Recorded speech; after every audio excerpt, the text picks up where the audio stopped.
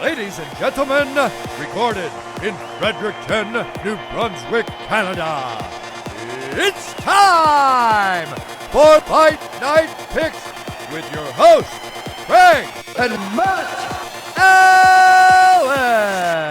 UFC 274 coming up this weekend. You've got the lightweight belt on the line in the main event. Charles Oliveira taking on Justin Gaethje. And listen, in that co-main event, Namajunas, Carla, Esparza, a rematch 2,703 days in the making since they fought for that inaugural belt at the Ultimate Fighter 20 finale. All of a sudden, you have a giant card shaping up for this weekend. As always, one half of your hosting duo, Craig Allen. You can find me on Twitter and Instagram at Craig Allen FNP. With me to my left, to your right, as always, Matt Allen on the respective socials. Now, Matt Allen FNP, when we do look back at last weekend, we had question mark kicks. We had a big time week of fights with Font and Vera. And ultimately, if you found me on the socials at Craig Allen FNP, I was quite salty about the fact that, listen, Natan Levy, Jake Collier, my question mark kicks parlay, it was taken away from me on the fact that Collier was not able to get the win. But I have this week to look forward to. And listen, when we have a card that's loaded like this, 15 total fights, but very, very top heavy, I know you can rally around it and get excited here. I disagree with the top heavy comment. I feel like this card top to bottom is going to be an absolute banger. It's one of the more fun cards of the year because I know you're going to bring up what the average age is on the main card. These are fighters that we not only know, we've kind of grown up with throughout the years, like Cowboy Cerrone, Shogun Hua, Tony Ferguson. These are fighters who have kind of defined like the last 5-6 years of MMA, and that's why I'm so excited for this card. You've got a little bit of new, a little bit of old, but a ton of great fights up and down this whole entire card, and I feel like there are a few fights that are definitely flying under the radar just because of how good these top two title fights are. Justin Gaethje versus Charles Oliveira isn't just two of the best lightweights in the world, these are two of the best pound for pound fighters in mixed martial arts fighting each other in their primes. I am as excited for this pay-per-view as I have been for any this year. A lot of people just take it on faith that Justin Gaethje fights like if Homer Simpson still had the crayon lodged in his brain, but he really does bring more than that to the octagon. Ferguson, Chandler, OSP, Shogun Hua, another fight that's 2,700 days plus in the remaking, and then you also have Cerrone, Lozon to round out that main card, but a lot of prospects and fights that we're eager to talk about on the prelims. And as you know, with Fight Night Picks, we throw it on up to the Fight of the Night screen. We want to hear from you down below in the comments section because, listen, pretty cut and dry between the two of us, not much in terms of disagreement. So we'll throw it on over to the Fight of the Night screen. Let us know down below in the comments section who you've got. It's time for the Fight of the Night with Fight Night Picks. And listen, for Michael Chandler, came into the UFC with a full head of steam, 3-time Bellator lightweight champ, knocks out Dan Hooker in his debut, loses Charles Oliveira for the belt, and listen, I mean, takes that as water off a duck's back because then he has a fight of the year against Justin Gaethje, comes out on the losing end there. So for Chandler, he's on a 2-fight losing streak. For Tony Ferguson, he's on a 3-fight losing streak. But you know that a guy who formerly had a 12-fight win streak in Tony Ferguson, who does not know boring fights when he brings a snap jitsu mentality into fight week, this should be an amazing matchup. And if we got this 5 years ago, I probably would have gone through the ceiling with excitement. This fight 5 years ago would have been insane, but even today it's going to be an incredible fight because these are two fighters who represent the theory of records are for DJs. You can't just look at a person's record and think, oh wow, they're not that good and I don't want to watch them anymore. Tony Ferguson has lost to 3 of the best lightweights of our generation as of late, but I still feel like he has some tread left on the tires to put a great performance on against a guy like Michael Chandler, who is in a bit of an interesting spot of his career because he's accomplished so much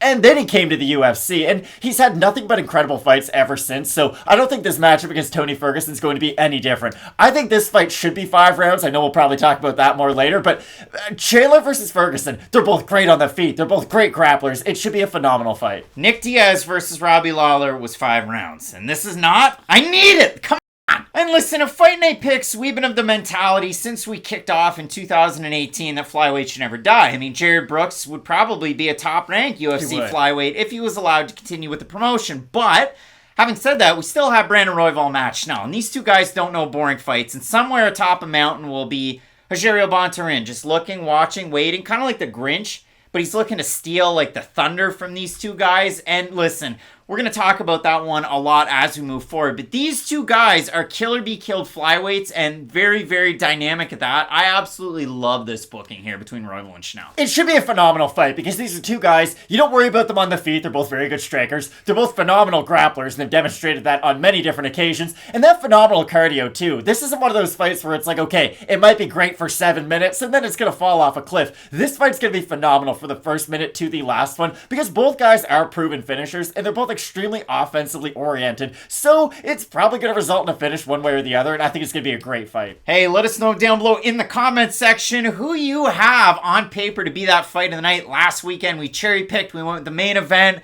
and lo and behold, that ended up as the fight of the night. But some amazing ones last weekend. Gabe Green's coming back against old Johan Lyness. We had some amazing fights. And again, you folks drive the show, so let us know down below in the comments section who you have in this fight of the night screen.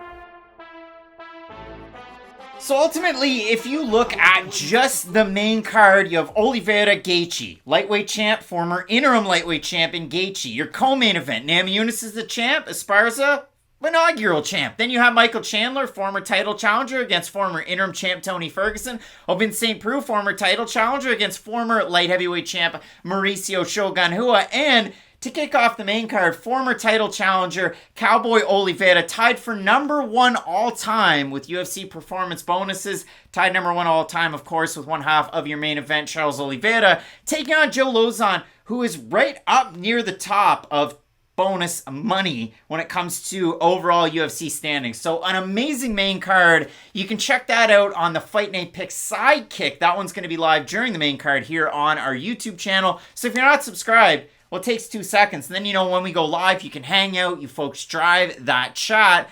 And you always do 2 hours before the prelims because, Matt, what happens then on Saturdays? We have a great little show known as Question Mark Kicks. It just gives us one last chance to go up and down the card. If there are any big weight misses, any injuries throughout the week, or any little, tidbits we'd like to focus on right before we give our main predictions, well, that's the show that we like to do it on. But before I give it back to you, Craig, since it's a pay-per-view, what else do we do Saturday night? We have the Sidekick. I mentioned it. The Sidekick. During the main card. The Sidekick.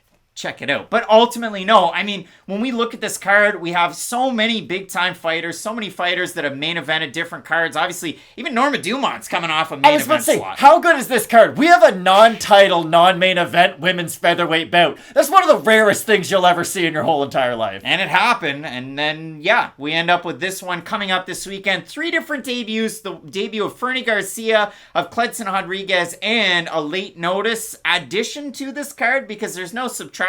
But you have Andrea Fialho taking on the UFC newcomer Cameron VanCamp. So 15 total fights right now, a lot of action to get into. So without further ado, let's keep it locked in with Fight Night Picks, and as we always say, let's get into it. Big time fight coming up this weekend at welterweight. We have the debut of Indiana's own former B2 Fighting Series welterweight champ Cameron VanCamp, and he's going to be taking on a tough test in Sanford MMA's Andrea Fialho. And listen, Fialho is one of those guys that if he's not a household name just yet, maybe in South Florida and in parts of Portugal, realistically all of Portugal. But if you look at it for Fialho, 2 quick fights in the UFC. One against Michel Pereira at the UFC 270 main card. And listen, he was taking on a really tough test and a guy that's somewhere in between the top 25 of the UFC's welterweight division in Michel Pereira. Competitive fight there. Only earned $12,000 for that fight. And then all of a sudden he's taking on Miguel Baeza as a hefty little bit of an underdog. And in that fight, giant knockout. And that one wasn't all that long ago. So on April 17th, late into the night of Fialho's fight against Baeza, Spinning Back Fist sent out a tweet saying that Fialho had been kind of talking to Dana White saying he wanted to get on the UFC 274 card. Ultimately, April 30th, the tweet goes out there that he's going to get an opponent, and it is Cameron VanCamp. So this one on relatively short notice for Fialho. His last fight was just about 2 weeks ago, so it really is a short notice opportunity for both of these men. And for Cameron VanCamp, he was supposed to make his UFC debut last fall against Nicholas Mata, moving down to 155 pounds. And we'll talk about VanCamp's weight because throughout his career, he spent the majority of his time at welterweight, some pit stops at 155 pounds. No idea how he makes that weight, by the way. No, he started his career. Also has one fight on his record at featherweight, so that's kind of wild, too. Because he's big. Yeah, he's a giant guy, even for welterweight. But a big opportunity for VanCamp. And even as recently as March, if you ever followed that UFC roster watch on Twitter, out was Cameron VanCamp. So I thought maybe he'd get an opportunity to kind of ply his trade back on the regional scene again because he has a good level of competition on that record. Most of them are losses. All of them are losses. But still, he's fought some decent names. Like, he has a fight against Austin Hubbard at lightweight. Lost that one by finish. He has a no contest on his record against Thomas Gifford. Well, Gifford submitted him by guillotine in the first minute of that fight, but listen, failed drug test. And then he fought Bobby Volker in a 5-round fight for the Shamrock title, and he was unsuccessful in that one. So, Matt, for Cameron VanCamp, a guy that's definitely not as well known as Fialho, because this is a guy that used to be co-main eventing Bellator shows against Chitty Bang Bang and Joe Kawani. But when it comes into this one this weekend, honest to goodness, the deck is kind of stacked against Cameron VanCamp. It really is, and I'm really happy that the UFC did grant Andre Fialho his wish, because the second he knocked out Miguel Baeza, what's the first thing he said in the mic? Give me more fights. I'm ready whenever. He didn't have a specific name, which I'm not a fan of. I gotta be honest, I like it when a fighter gives a name. Make the UFC's job easier than it has to be, and then they'll probably give you that matchup. But I did like how active he wanted to be. I do worry, though, with his fighting style, it's probably not the type of style you want the guy being in there every month, every 2 months with, because that's the thing about his fight with Baeza. Was the finish beautiful? Yes, it was. He brutalized him with uppercuts in the clinch, and that wasn't a position I thought he was going to have a lot of success with, to be completely honest with you. So it was really nice to see from Andre Fialho. But you had brought up the stats really quick right before this, and it is a little bit telling that he did eat 24 significant strikes in the early part of that fight. The finish was very nice, but I do worry about Fialho when he does start to fight those upper echelon strikers. And I'm talking about more guys like Jeff Neal, guys in that category who are near the rankings, because what they're going to do is they're going to wait for you to throw your flurries, they're going to find the openings in your flurries, and then they're going to counter really hard down the middle. And I do worry about Fialho when he does start to fight some of those upper echelon guys, because he has shown the susceptibility to getting hit on the feet. Now, he has one of the greatest Uno reverse cards of all time, and it's, hey, if we're in 50-50 exchanges right now, well, my punches are going to hurt a lot worse than your punches are going to hurt, so my damage is going to be able to accumulate over time. But I will be curious when or if Fialho, let's say, gets someone like a Daniel Rodrigues, someone who's outside of the rankings, but we respect them almost like they are a ranked fighter. I think that would be a phenomenal fight if he is able to get past Cameron VanCamp. But this is a weird fight, because I agree with you 100%. For Fialho, to say he could get into the rankings right now, it's a bit of a stretch, but he has accepted two fights that most guys in their first 2 UFC fights would not accept. If you're accepting a fight against Michel Pereira and Miguel Baeza, you must think quite highly of your own skills. And I like what you mentioned about him being able to fight in large shows in Bellator. He was not some guy who just showed up and we didn't know who Fialho is. He has some good wins on his record. He has a few losses on his record, but they're 2 recognizable names. And I guess that's the thing I want to say for both guys. I'm glad you brought it up for Cameron VanCamp. His record might not look great as a guy just coming into the UFC, but the one good thing about his record is the losses are to people who we know. They're not to fighters who are 8-6 and they just sort of went off into the ether afterwards. They're recognizable names, like you had said, Austin Hubbard, Bobby Volker. I know he fought Robbie Lawler all the way back in the day and got head kicked by him, but still, these are names that are recognizable if you've been paying attention to the sport for long enough. So it's not like Cameron VanCamp can just get beat by any guy who has a decent record on the regional scene. But fighting Andre Fialho on full notice, I think would have been really tough. Now you're accepting this fight on short notice. Like, Fialho just came off of a camp in a fight where he didn't take a ton of damage, although he got hit more than I would have liked to. So he's still probably in fighting shape, getting ready for this fight. Yeah, the weirdest part about this one, and if you want a 6 degrees Kevin Bacon this weekend with Robbie Lawler, you've got Bobby Volker, who fought against Cameron VanCamp. Volker loses to Robbie Lawler. CJ Vergara's coach is Pete Sell. Pete Sell beat Robbie Lawler, so it's kind of crazy that way. But when we do look at this fight, for Fialho, technical boxing, good when he uses leg kicks, but he doesn't do it very often. And the best weapon in his arsenal is his left hook. And you saw that against James Vick in that fight. But realistically, Baez is one of those guys, kind of like an Ovince St. Preux, where Baeza's always pressuring forward. Ovince St. Preux is always on the back foot. It's just when those two guys figure out the distance, that's when they really look amazing. And for Ovince, once he can time you when you're coming in, he can knock you out. Once Baeza can figure out, once Fialho can figure out, okay, I have my openings when I'm pushing forward. You're not prodding your jab out there. You're not throwing kicks forward.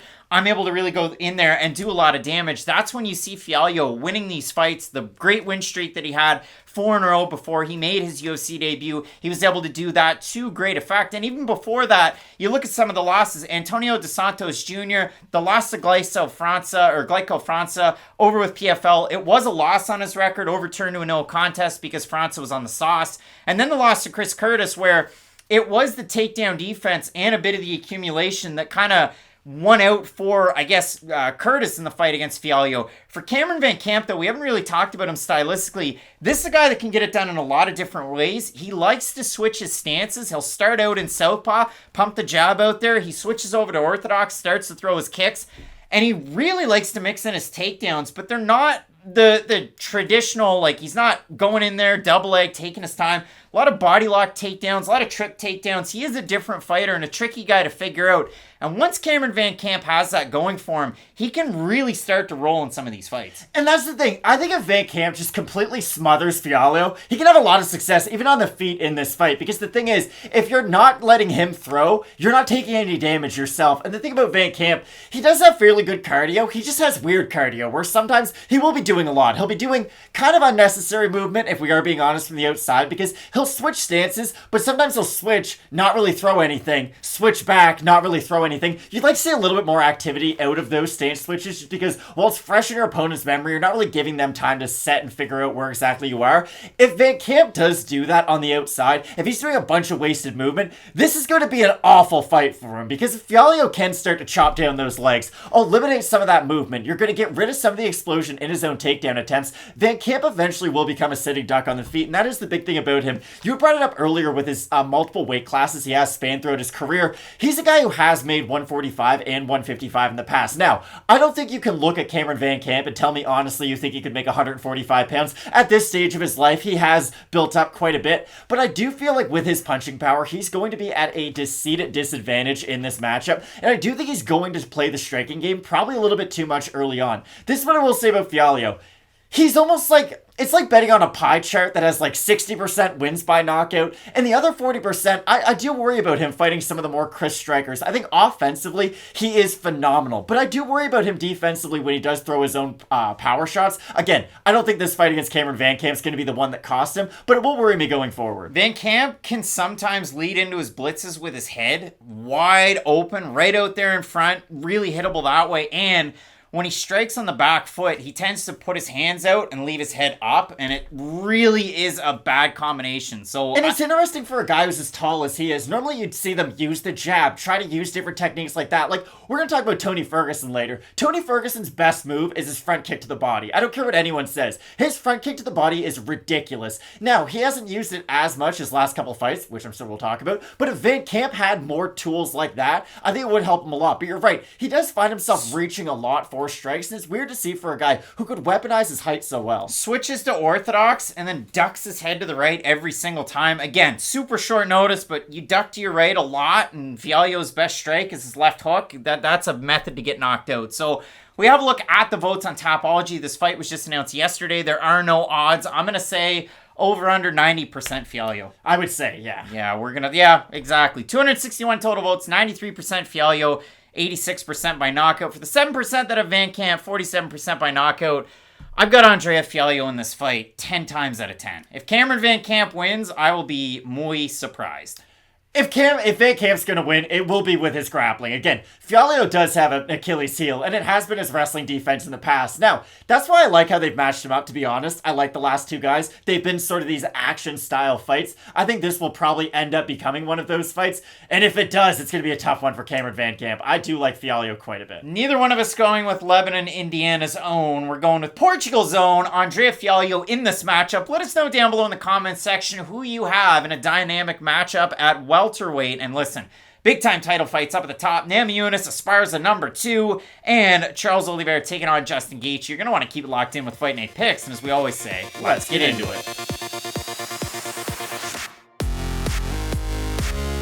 time fight coming up this weekend at bantamweight. Looking to set the table, looking to get fresh and get excited. We have the return of Newson, who's taking on the UFC debuting Fernie Garcia, representing Fortis MMA. And in this fight, I say the returning Newson because he's been out for a year and 7 months since his last fight where he got knocked out quite badly against the Zohan, Randy Costa. And so you do look at it for Newson. It's been an interesting run in the UFC. He makes his UFC debut on 12 days' notice, replacing Bellator champion, I should say now former Bellator. No, he still is, because the interim champ is Ralph Van Stott. So, yes, current Bellator champion Sergio Pettis, who's supposed to take on Ricardo Ramos. Out is Pettis. In steps Newson. He ends up losing to Ricardo Ramos. And in that fight, was it a striking defense that evaded him? No, it was actually his takedown defense. So kind of crazy in that one for Newson because realistically, at this point in his life, he's a Brazilian Jiu-Jitsu black belt. He trains out of Impact Jiu-Jitsu. And he's a guy where you look at the way that he fights, then you look at his record, and it's just kind of crazy because the guy that we've seen in his 3 UFC fights, a loss to Ramos, a knockout win over Domingo Plarte, overturned to a no contest because of the green good giggles, and then a win. Well, no, it wasn't a win that he had against Randy Costa. It was a worse way to lose. It's been weird for Newson. He's been off for over a year. You kind of try and listen to rumblings as to, why has Newson been away? I try to do the background research for these things, so it seems like it was a knee injury. I see on his Instagram he's been kind of getting some work in at the UFC PI, working with the psychiatrist there to get himself back into it, working through his knee woes. And then I tried to listen to a podcast that was an hour and 20 minutes long with MMA Roasted Adam Hunter. He also had, other than Newson, he had, and I want to make sure that I get it right, Jasmine St. Clair. She was in dirty movies in the 90s, and she also wrestled in ECW. So Adam Hunter doing the damn thing. But for Newson, didn't really touch on it. He's got an interesting test to get on Fernie Garcia, primarily known for his boxing, and a guy who's been a giant favorite in his time over with LFA. Fought a very interesting fight on Dana White's Contender Series because he also zigged where he zagged, and he's not really a knockout puncher. Gets a first-round knockout win over with Dana White's Contender Series. So an interesting matchup we have coming up this weekend. Fernie Garcia, you're right. Not really a knockout puncher. Really nice boxing technique, though, for an MMA fighter. Someone who will throw in combination, and I know you love this, goes to the body well with his combinations. Someone who... The best way of describing it is, and this is going to be a Teddy Atlasism, it's like mosquitoes on a windshield. He gives you a lot to think about up top, gets you to raise your hands, and then he'll go to the body, be it with knees. He's not a huge kicker. He will go knees to the body every now and then just because of the distance when he's boxing, but he will go to the body a lot with his hands. And in this fight against Newson, it's weird because you're right. Garcia, a big favorite in a lot of his fights, especially as of late. I thought going into this fight, he would be another very big favorite over Newson because the Newson that I was promised when he came into the UFC is not the guy who we've got. And I know this sounds weird, but I had a fairly high hopes for him. I know this is always one of those things like, who's a fighter you thought would be really good who never really turned into the fighter you thought they were going to become? Newson's kind of that guy for me. To me, he fights like Johnny Hendricks did at the later stage of his career. You're a wrestler, you can wrestle, you can grapple, but you fall in love too much with your own power. And it is like Newson's bought into his own hype. He's someone who wings massive power shots in the feet. And if they land, yeah, they look great. Ask Domingo Plarte how it went. He hit him with one shot and absolutely destroyed him.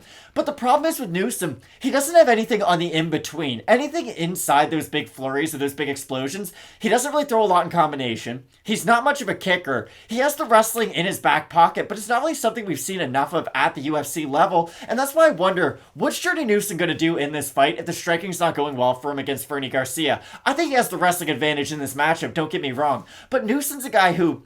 He's a good wrestler, but it's almost like Yoel Romero. How many times did we see Yoel complete a takedown just for the person on the bottom to spring back up to their feet? It's weird. You would assume with his level of wrestling, he would also have a very high level of top control, but with Newson, it does feel like the guys underneath can escape sometimes. Well, and the weirdest part about it, so you look at Journey, and he's known as a grappler, but if you watch his fights in the UFC, you wouldn't think this guy's a grappler. And again, with Fernie Garcia, you look at it, his last win was his first ever knockout, and his first round finish since in 3 years. So he's not necessarily known as a finisher. The thing that I like about Fernie Garcia is, again, lots of great flurries, mixes up his shots, really good shot selection, does not throw kicks. Like Fernie Garcia does not kick. He's a boxer in MMA, and he's not much of a grappler either. So if I was to stack up the skills, which, listen, you go back and you watch Dana White's Contender Series, I always love it when they show those, the where they rank their stats. So they went with a 4 on his Fernie Garcia striking, a 4 on his wrestling, a 2.5 on his grappling, and a 2 on his experience. And again, I touched on the fact that Garcia was a big favorite in his 3 fights leading into the UFC. When he took on Hayes, he was a minus 950. Won that fight by split decision, but it was a chintzy split decision. 2 of the judges scored at 30-27. One had it 29-28 Hayes, which was an awful scorecard. Garcia definitely won that fight. Then he goes out in there against Batten Gonzalez. He is a minus 320 in that one, and then against Weems, he's a minus 250. He was also a favorite against the short notice replacement that he took on Dana White's Contender Series in Weems, who also missed weight in that fight, weighed 139 for 135. So again, Fernie Garcia's got jiu-jitsu in his back pocket. He is a purple belt in his own right, trains out of Fortis MMA with the likes of Damon Jackson. You see him on his Instagram. You also see Ocho Peterson in the corner of Fernie Garcia, laying down a lot of swear words. My favorite part about watching the LFA tape on Fernie Garcia is a Ron Crux Savage moment. Reflection of this fight completely. Ron, I think you have a phone call, but they know not to call me during a broadcast. It's the press box, man.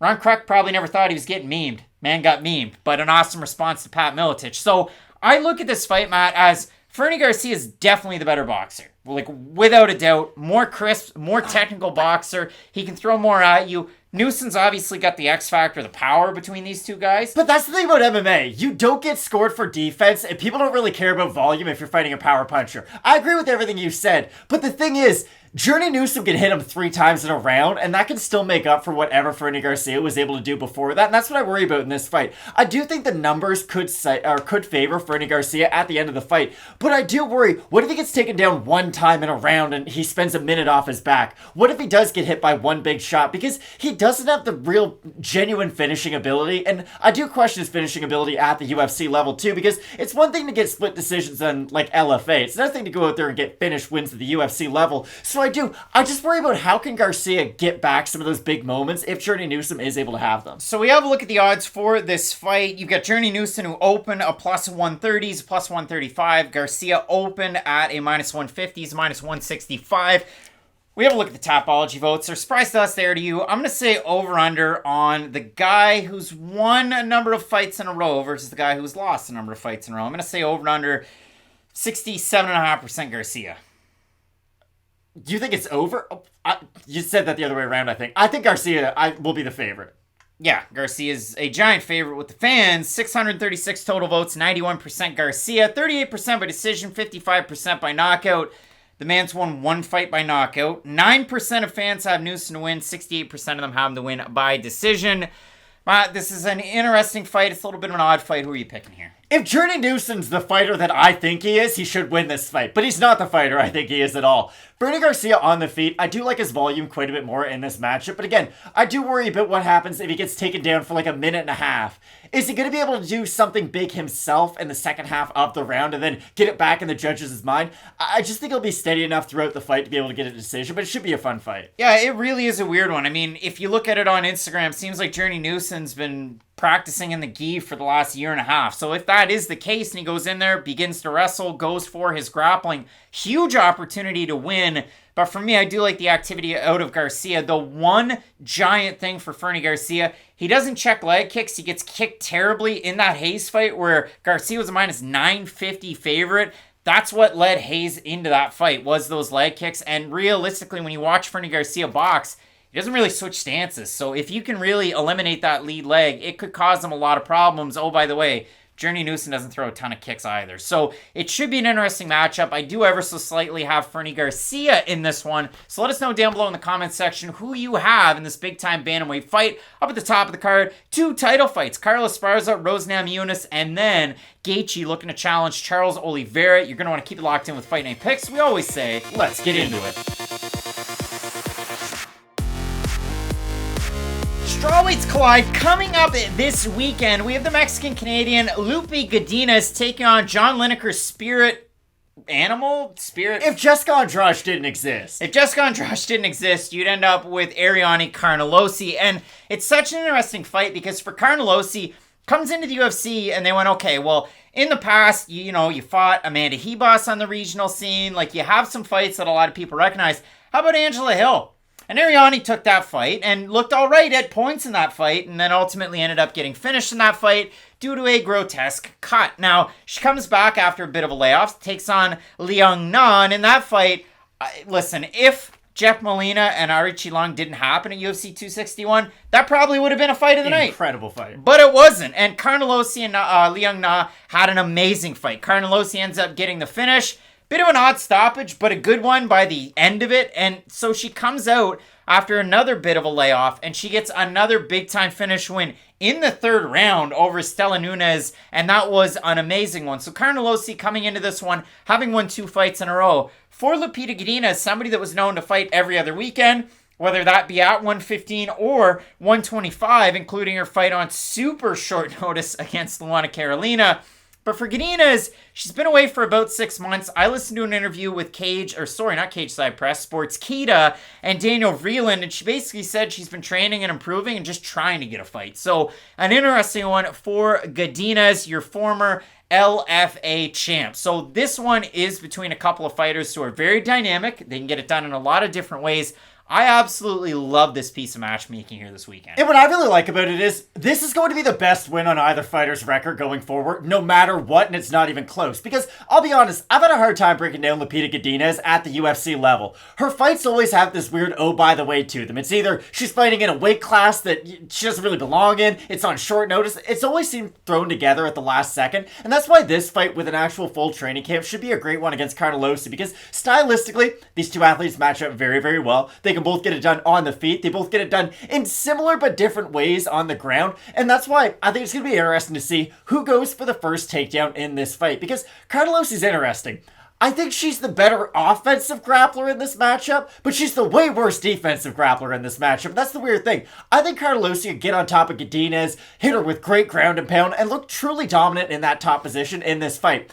The flip side is, I do think Godinez off of her back can offer a little bit more resistance than what Carnelossi would be able to off of her back if she was in a similar situation. Because with Carnelossi, when you're one of these fighters, when you're a baseball player like Chris Davis, who it's either home run or strike out, yeah, the home runs are really good, but the flip side to that is, if you're spending all that energy early on, if you're going for these big takedowns a la Jessica Andrade, what type of a fighter are you going to look like in the third round against someone like Lupita Godinez, who can scramble, can throw for volume? And I know Carnelossi and cardio haven't been an issue for her in the past, but Godinez is someone who's very steady from the first minute of a fight to the last minute of a fight. So I'm very curious to see, at what temperature does Carnelossi burn at, for lack of a better term? Does she go in there looking to be very aggressive early on? Does she play more of the defensive-minded fighter in that first round? See what Godinez brings at her? Because this is what I will say. I actually think if Carnelossi does wait for Godinez, it will open up some power shots for Carnelossi. And that is the one thing that I think, no matter what Godinez does, she could become the better stylistic puncher. She could get the better technique behind her craft. She'll never hit as hard as Carnelossi, though. She genuinely does have, like, that 1% power in this weight division. So it will be interesting to see, how does Godinez deal with the power of Carnelossi? And how does Carnelossi deal with just the well-rounded game of Godinez? So the craziest part about this one, when it comes to striking, technique, it goes to Godinez. When you look at the way that Carnelossi strikes, upon further review of the tape study, before every blitz and flurry, because that's what she does. She just throws her arms out there and goes. Now, she is a little bit more crisp with one shot over the other, but the trouble is, she drops her left hand right before she goes to strike every single time. Every single time she blitzes, she drops it. So she could get countered if she's pressuring forward, and she gets hit clean right down the middle in a lot of her exchanges. Now, she has a power advantage against just about everybody. She can drop just about everybody.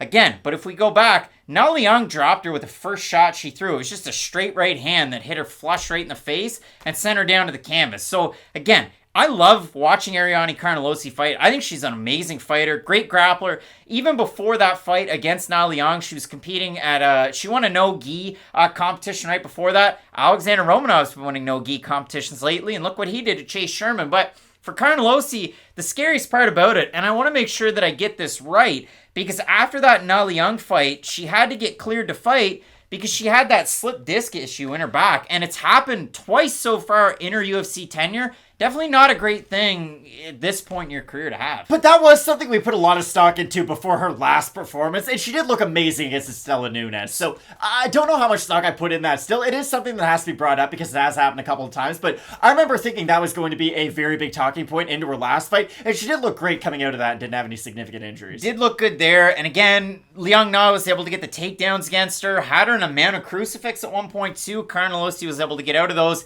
against Estela Nunez.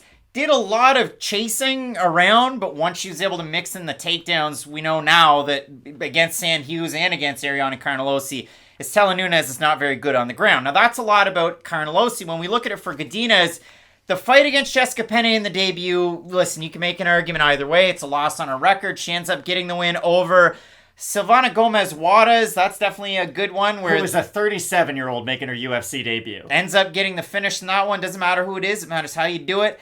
And then her last time out, she's able to get the win over Loma Lookboonmee, where Loma was coming off a win where she had completely out-grappled Sam Hughes. And then out there against Lupita Godinez, Godinez completely out-grappled Loma, who we know as such a great Thai striker, but really mixing things in at Bang Tao. So when I look at this fight, again, both of them, good grapplers, both good strikers. Everybody does it in a different way in this one. We look at the odds. Carnelossi opened him plus 130. She's plus 170 underdog. Godinez opened at a minus 130. Minus 200 right now. Tapology votes are a surprise to us there to you.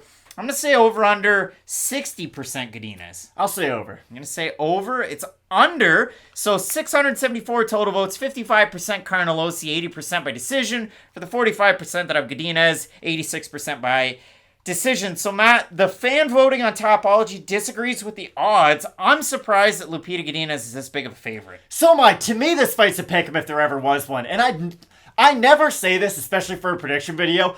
I kind of like Carnelossi in this, and I definitely like her at 170, because I do think stylistically they match up very well together. It's technique versus power, but really everywhere, be it on the feet or in the grappling, and that's why this is going to be an incredible fight no matter who wins. But I do think that the cardio of Carnelossi is kind of underrated. She's someone who can throw a crazy amount of output and still be active in that third round. So I do think with her already strength advantage, I do think with her underrated cardio, she'll at least be able to stay and maintain that level in the third round, and that's why I do have Carnelossi in this fight, but this is as evenly matched as any on the card. Super evenly matched, and the odds are like that. So, like some other shows that are out there on the internet would say, it's dog or pass. But when I do look at this one, I like Lupita Godinez. When it comes to her scramble ability, when it comes to her offensive wrestling, is her jiu-jitsu on the same level as Carnelossi? Not necessarily. Is her punching power there with Carnelossi's?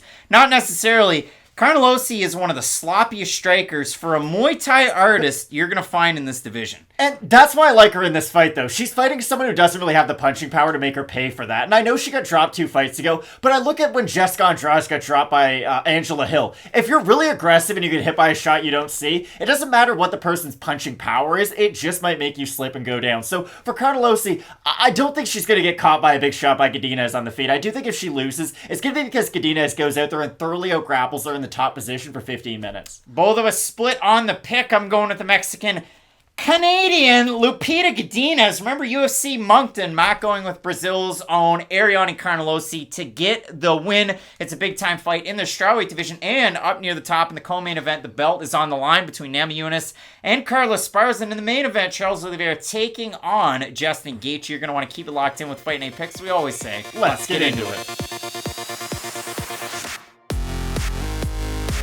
If you head on over to the social media platform that is Instagram, Kleydson Rodrigues has 25,000 Instagram followers, which pales in comparison to like Tracy Cortez or Rose Namajunas, who has 2.5 million. Whack. But for KR, lose the nickname, making his UFC debut coming up this weekend, he is a very, very intriguing prospect out of Brazil. You head on over to that Instagram game, and he trains out of a few different gyms. One being Team Nogueira, so you see a little... You may have heard of them. You know, the brothers. But you see Juliana Velasquez, former Bellator flyweight champ. Yikes. And you also see him at Tropa Team, which is Shimon Moraes' gym. He just got a big win over with the PFL last week, so an interesting one. Former UFC man. Had a tough run in the UFC, but still a very good fighter. And a buddy of Kleydson, and they seem to be main training partners, is Felipe Clarish, who I wish we get to see more often. I like a Felipe Clarish fight. The guy's got grit. The guy is an interesting fighter. So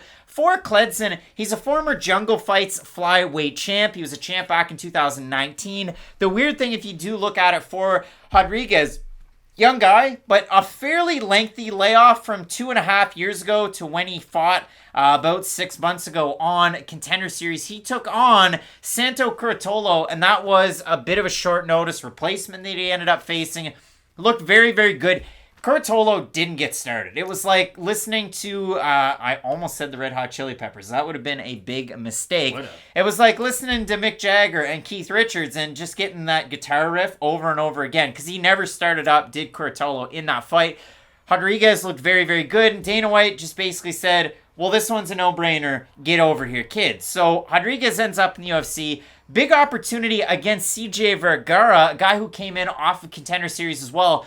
But Vergara had a more impressive fight on Contender Series where he finished UFC vet Bruno Correa in that one. Knee to the body, big finish, makes the UFC debut against Ode Osbourne. And it was a shame too, right? Because it wasn't a Conor McGregor card, so Conor didn't get to fight on an Ode card. But Ode did fight Vergara, beat him in the first 2 rounds. Vergara rallied in a big way in the 3rd round of that fight. And I think a lot of people are just down on the fact that CJ Vergara lost Ode Osbourne.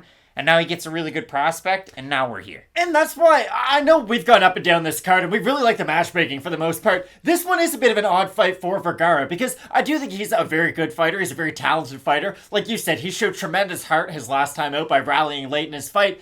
But it is strange that you're giving a guy who himself is a promising, maybe prospect's a bit of a stretch, just giving him to what, for all intents and purposes, is an absolute killer in his UFC debut. Give him Zhalgas Zhumagulov. Exactly. A name like that would make a lot of sense, because for Kleydson Rodrigues, and I know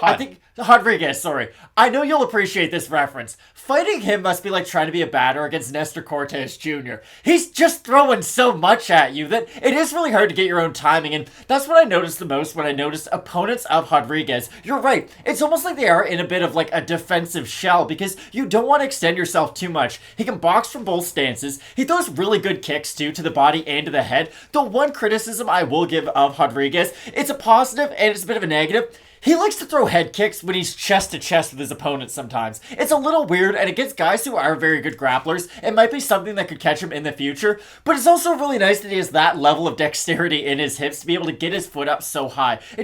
He's such a very unique offensive fighter that I do think fighters, when they're on the other side of the cage from him, it puts a lot of question marks into their own mind, because if you're fighting someone who might not be as explosive, but they're a lot more traditional, it's like, okay, this isn't too bad. I either just have to deal with the boxing, I just have to deal with the kicks. Rodrigues is sort of an anomaly when it comes to his striking on the feet, so that's why I think it'll be interesting. What type of CJ Vergara do we see this weekend? Is he going to go out there, shoot some takedowns, try to get into dirty boxing range? Because that's the thing, Vergara's the more well-rounded in this matchup, but he's one of these wrestlers who, I don't know if he's good enough to just go out there and take Rodrigues down 12 times into 12. I think he'll have to fight a little bit more for the takedown attempt, but I only say that because of the movement of Rodrigues. I think if Vergara can get him up against the cage, he will be able to chain wrestle much more effectively than Rodrigues can, but I do think Kleidson's one of these fighters who his movement's going to give CJ a lot of issues early on, especially with his wrestling, but if Rodrigues starts to slow down, round 2, round 3, that's when we could see CJ start to take over. Kleydson Rodrigues seems to get stronger as fights go on. He does. So if you watch that fight where he took on Curatolo, I don't want to harp on it too much, because again, you can't take recency bias into it. I'll talk about some of his other fights. But on that card, you also had Steven Nguyen, you had Michael Morales, a very, very exciting prospect, and AJ Dobson, not as exciting, but had a good performance on that one. And you look at it for Rodrigues, 23 strikes total in the first round, 37 in the second, 39 in the third. He went 4 of 6 on defending the takedowns, and he was quick on his first move back up to his feet. And when I went to watch Rodrigues back on the Jungle Fight series, the thing that I picked up on out of this guy is lightning fast with his hands, very nice kicks, hips are on hinges the way that they're able to move, but he can get hit by some shots, and again, everybody's hittable. Like, everybody in this world is hittable. Not everybody's Khabib Nurmagomedov, and even Khabib got hit in some of his fights, not that much. But he gets hit by odd shots. He doesn't really get hit by the shots straight up the middle. It's more the hooks. In his fight with Silva, that's what I noticed. It was Rodrigues moves very well, but he's one of those guys that like plants his feet flat and then he jumps up and springs around. He's not on the balls of his feet all the time. And when you're like that and you take that 1 second to just freeze, just take a second, because he does move a lot, that's when he's susceptible to getting hit. And Vergara is one of those strikers at a Pete Spratt Muay Thai, who Pete Spratt beat Robbie Lawler one time. It really happened. You have two power gyms here. I think, again, matchmaking's good. Maybe not the greatest in this fight, but it's just, I have a hard time taking Vergara in this fight. And it's unfortunate because I really do like his skill set. And if he wins this weekend, I wouldn't necessarily be surprised, but it would be one of the more surprising ones on the card overall. Exactly. The best version of CJ Vergara could go in there and beat Kleydson Rodrigues. But I look at Rodrigues kind of like Jonathan Kuminga for the Golden State Warriors. He doesn't play a lot in the playoffs because he's crazy athletic, but he's still kind of learning the finer, minute details of the sport. For Rodrigues, I really like the talent that I do see, but I agree with you. He does get hit by some shots that you go, really? You can do all this offensively. You have all this great movement, but like a really steady jab and an uppercut every now and then can clip him, because he will duck at some points when almost being upright would be better for him defensively. I still like the prospect that I have seen, though, and I do think that he's going to be in the UFC for quite a while, and that's probably why the UFC gave him CJ Vergara off of a loss for his debut. I feel like they do see a special talent in Rodrigues, so it should be interesting to see him grow in this division that definitely does need new talent. Like, flyweight's in a good spot right now, I think we can all agree on that, but it's still not the deepest of divisions. It's one of those divisions where it might only go 20 deep, even though the top 15 are really good, so it'll be interesting to see how Rodrigues gets matched up in the future. I'm going to do this differently to end the video. Rodrigues minus 280 favorite right now. Vergara a plus 225 or thereabouts. The Tapology votes are overwhelmingly in Rodrigues' favor. 645 total votes, 85% for Rodrigues, 79% by decision for the 15% that have Vergara, 52% by decision, 30 some odd percent by knockout. The weird part about it is, and this is why I'm going to say this, if you look at Kleydson Rodrigues, I say 9 times out of 10 he wins the first round out of this fight. So I think Rodrigues is going to win the first round unless Vergara's wrestling overwhelms him. But apart from that, CJ Vergara is a guy that turns it up, not just in the O.J. Osborne fight. Go look at his record, go watch his fights. Plenty of finishes in the second round and the third round. I wouldn't be surprised again. Vergara turns it on. And I never say this. It's usually, okay, guy wins first round, guy wins the second round. Just don't get finished in the third round. He probably wins the fight. Vergara is one of those guys that if he turns it on, like you saw Marlon Vera do, if you turn it on round 2, round 3, Vergara has a chance to win. So maybe watch the live odds after the first round. But for me, I do have Rodrigues in this fight. It's just something that I want to throw out there. I also have Rodrigues, but again, I'm really excited for him and his potential in the UFC. I know we get on here on some of the weaker fight night cards, if we're all being honest. There'll be someone making their debut, and we have to be brutally honest and say, hey, this might just be a 2 or 3 fight UFC caliber fighter. I don't believe that at all with Kleydson Rodrigues. Like, I really do think we're going to see him around for a really long time. And the other really great sign is he's a young prospect. It's not like they're just signing this guy. He's in his 30s and they need him to fill a spot. Like, I do think the UFC's kind of thought about his development plan. I think this is the first step in it. Big time opportunity for both these guys. We're both going with Team Nogueira's KR, change the nickname, Kleydson Rodrigues to get the win. 2 big title fights up at the top. Charles Oliveira taking on Justin Gaethje and Carla Esparza in the rematch against Rose Namajunas. Keep it locked in with Fight Night Picks. We always say, let's get into it. Grapplers of a different kind are set to meet this weekend at flyweight as we have Tracy Cortez representing Fight Ready MMA taking on Brazil's undefeated Melissa Gatto. And when I look at this fight, and I have to be completely honest with everybody out there, I've had a weird picking history with Melissa Gatto. I mean, she makes her UFC debut against former Invicta fighter Victoria Leonardo, and in that fight, I couldn't take myself to pick Gatto in that one. I mean, she had a 3-year layoff, she had a 1-year suspension by USADA because she tested positive for furosemide, and in that one, Gatto outstrikes Leonardo 70-43, and then in her fight against Sijara Eubanks, she outstrikes her 64-32. Now, I did pick Gatto to beat Eubanks, but I picked Leonardo to beat Gatto, and the big sticking point was Melissa Gatto takedown defense is poor, but it's Mackenzie Dern takedown defense because her jiu-jitsu... Wait, it's a trap! It's lights out, and when you look at her striking...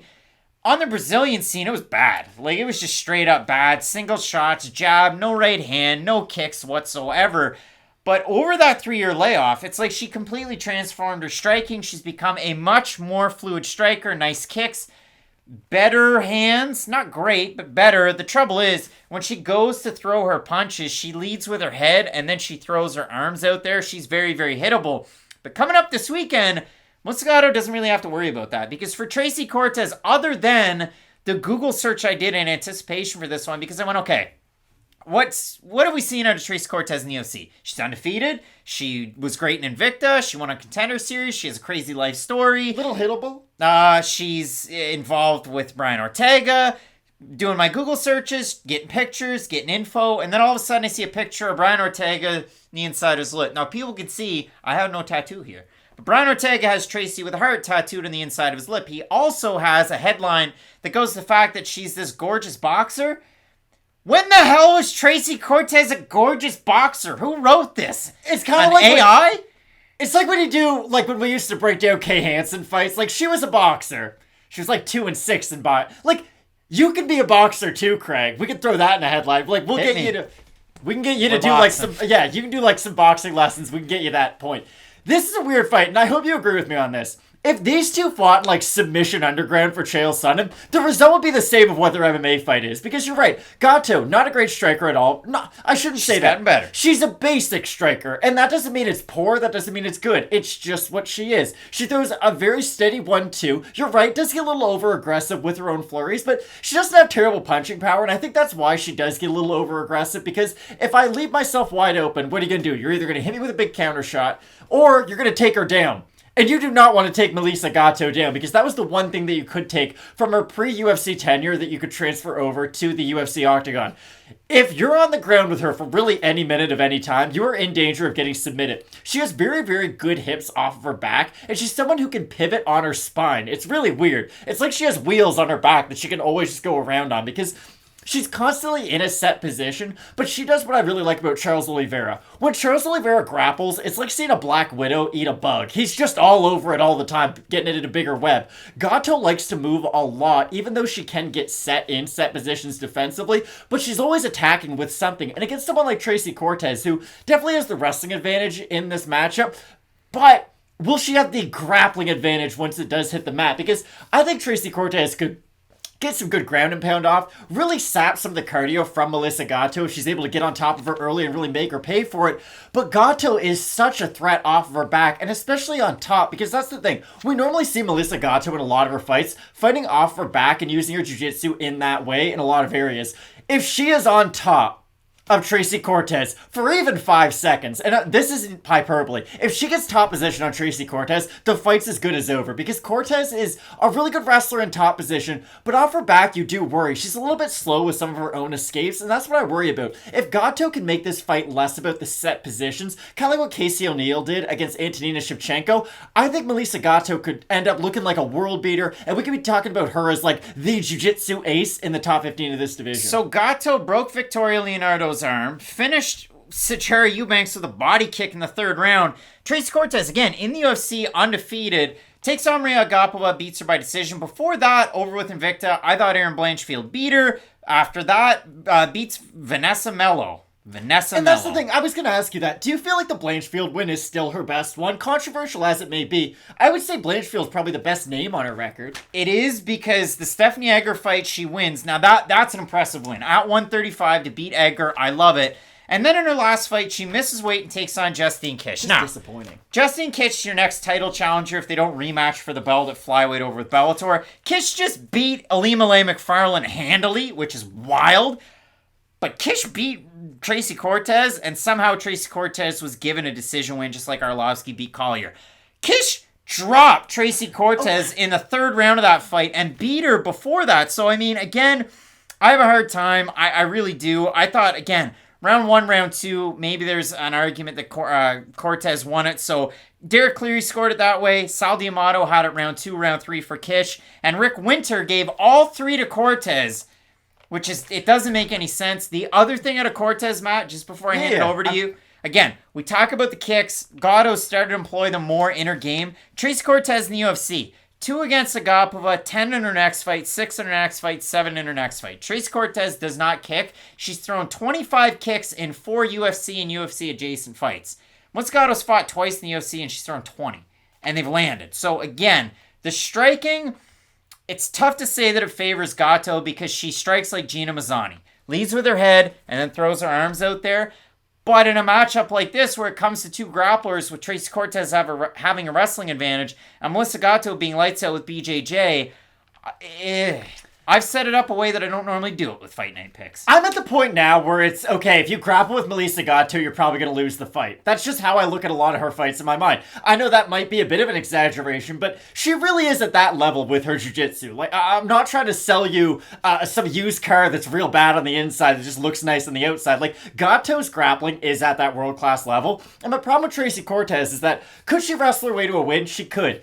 But she's not a good enough striker to win a fight with just 15 minutes of striking. I think she's proved that in her UFC tenure. She's a steadier striker, I would say, than Gatto, but again, she's going to need her wrestling at some point throughout this fight. And to me, I just don't think you want to mess around with Gatto on the mat whatsoever. If Cortez was a little bit better on her feet, if she could stick with the jab a little bit more, then maybe I would pick her to secure a couple rounds early and just do enough in the 3rd round, be sound defensively to win a decision. But for Gatto being an underdog, I really like her in this matchup, to be honest. Tracy Cortez, I mean, right now, sitting in and about a big enough favorite to where it kind of surprised me before we did the video. So if you look at it, Cortez open at a minus 225. She's minus 175 right now. Gatto open a plus 190. She's plus 150. Heading on over to, wow, I got ahead of myself, to Tapology. The votes are as surprised to us as they are to you, but I'm going to say over under 75% for the fighter that has 437,000 Instagram followers, Tracy Cortez. I'll say under. I think it's closer to 50-50.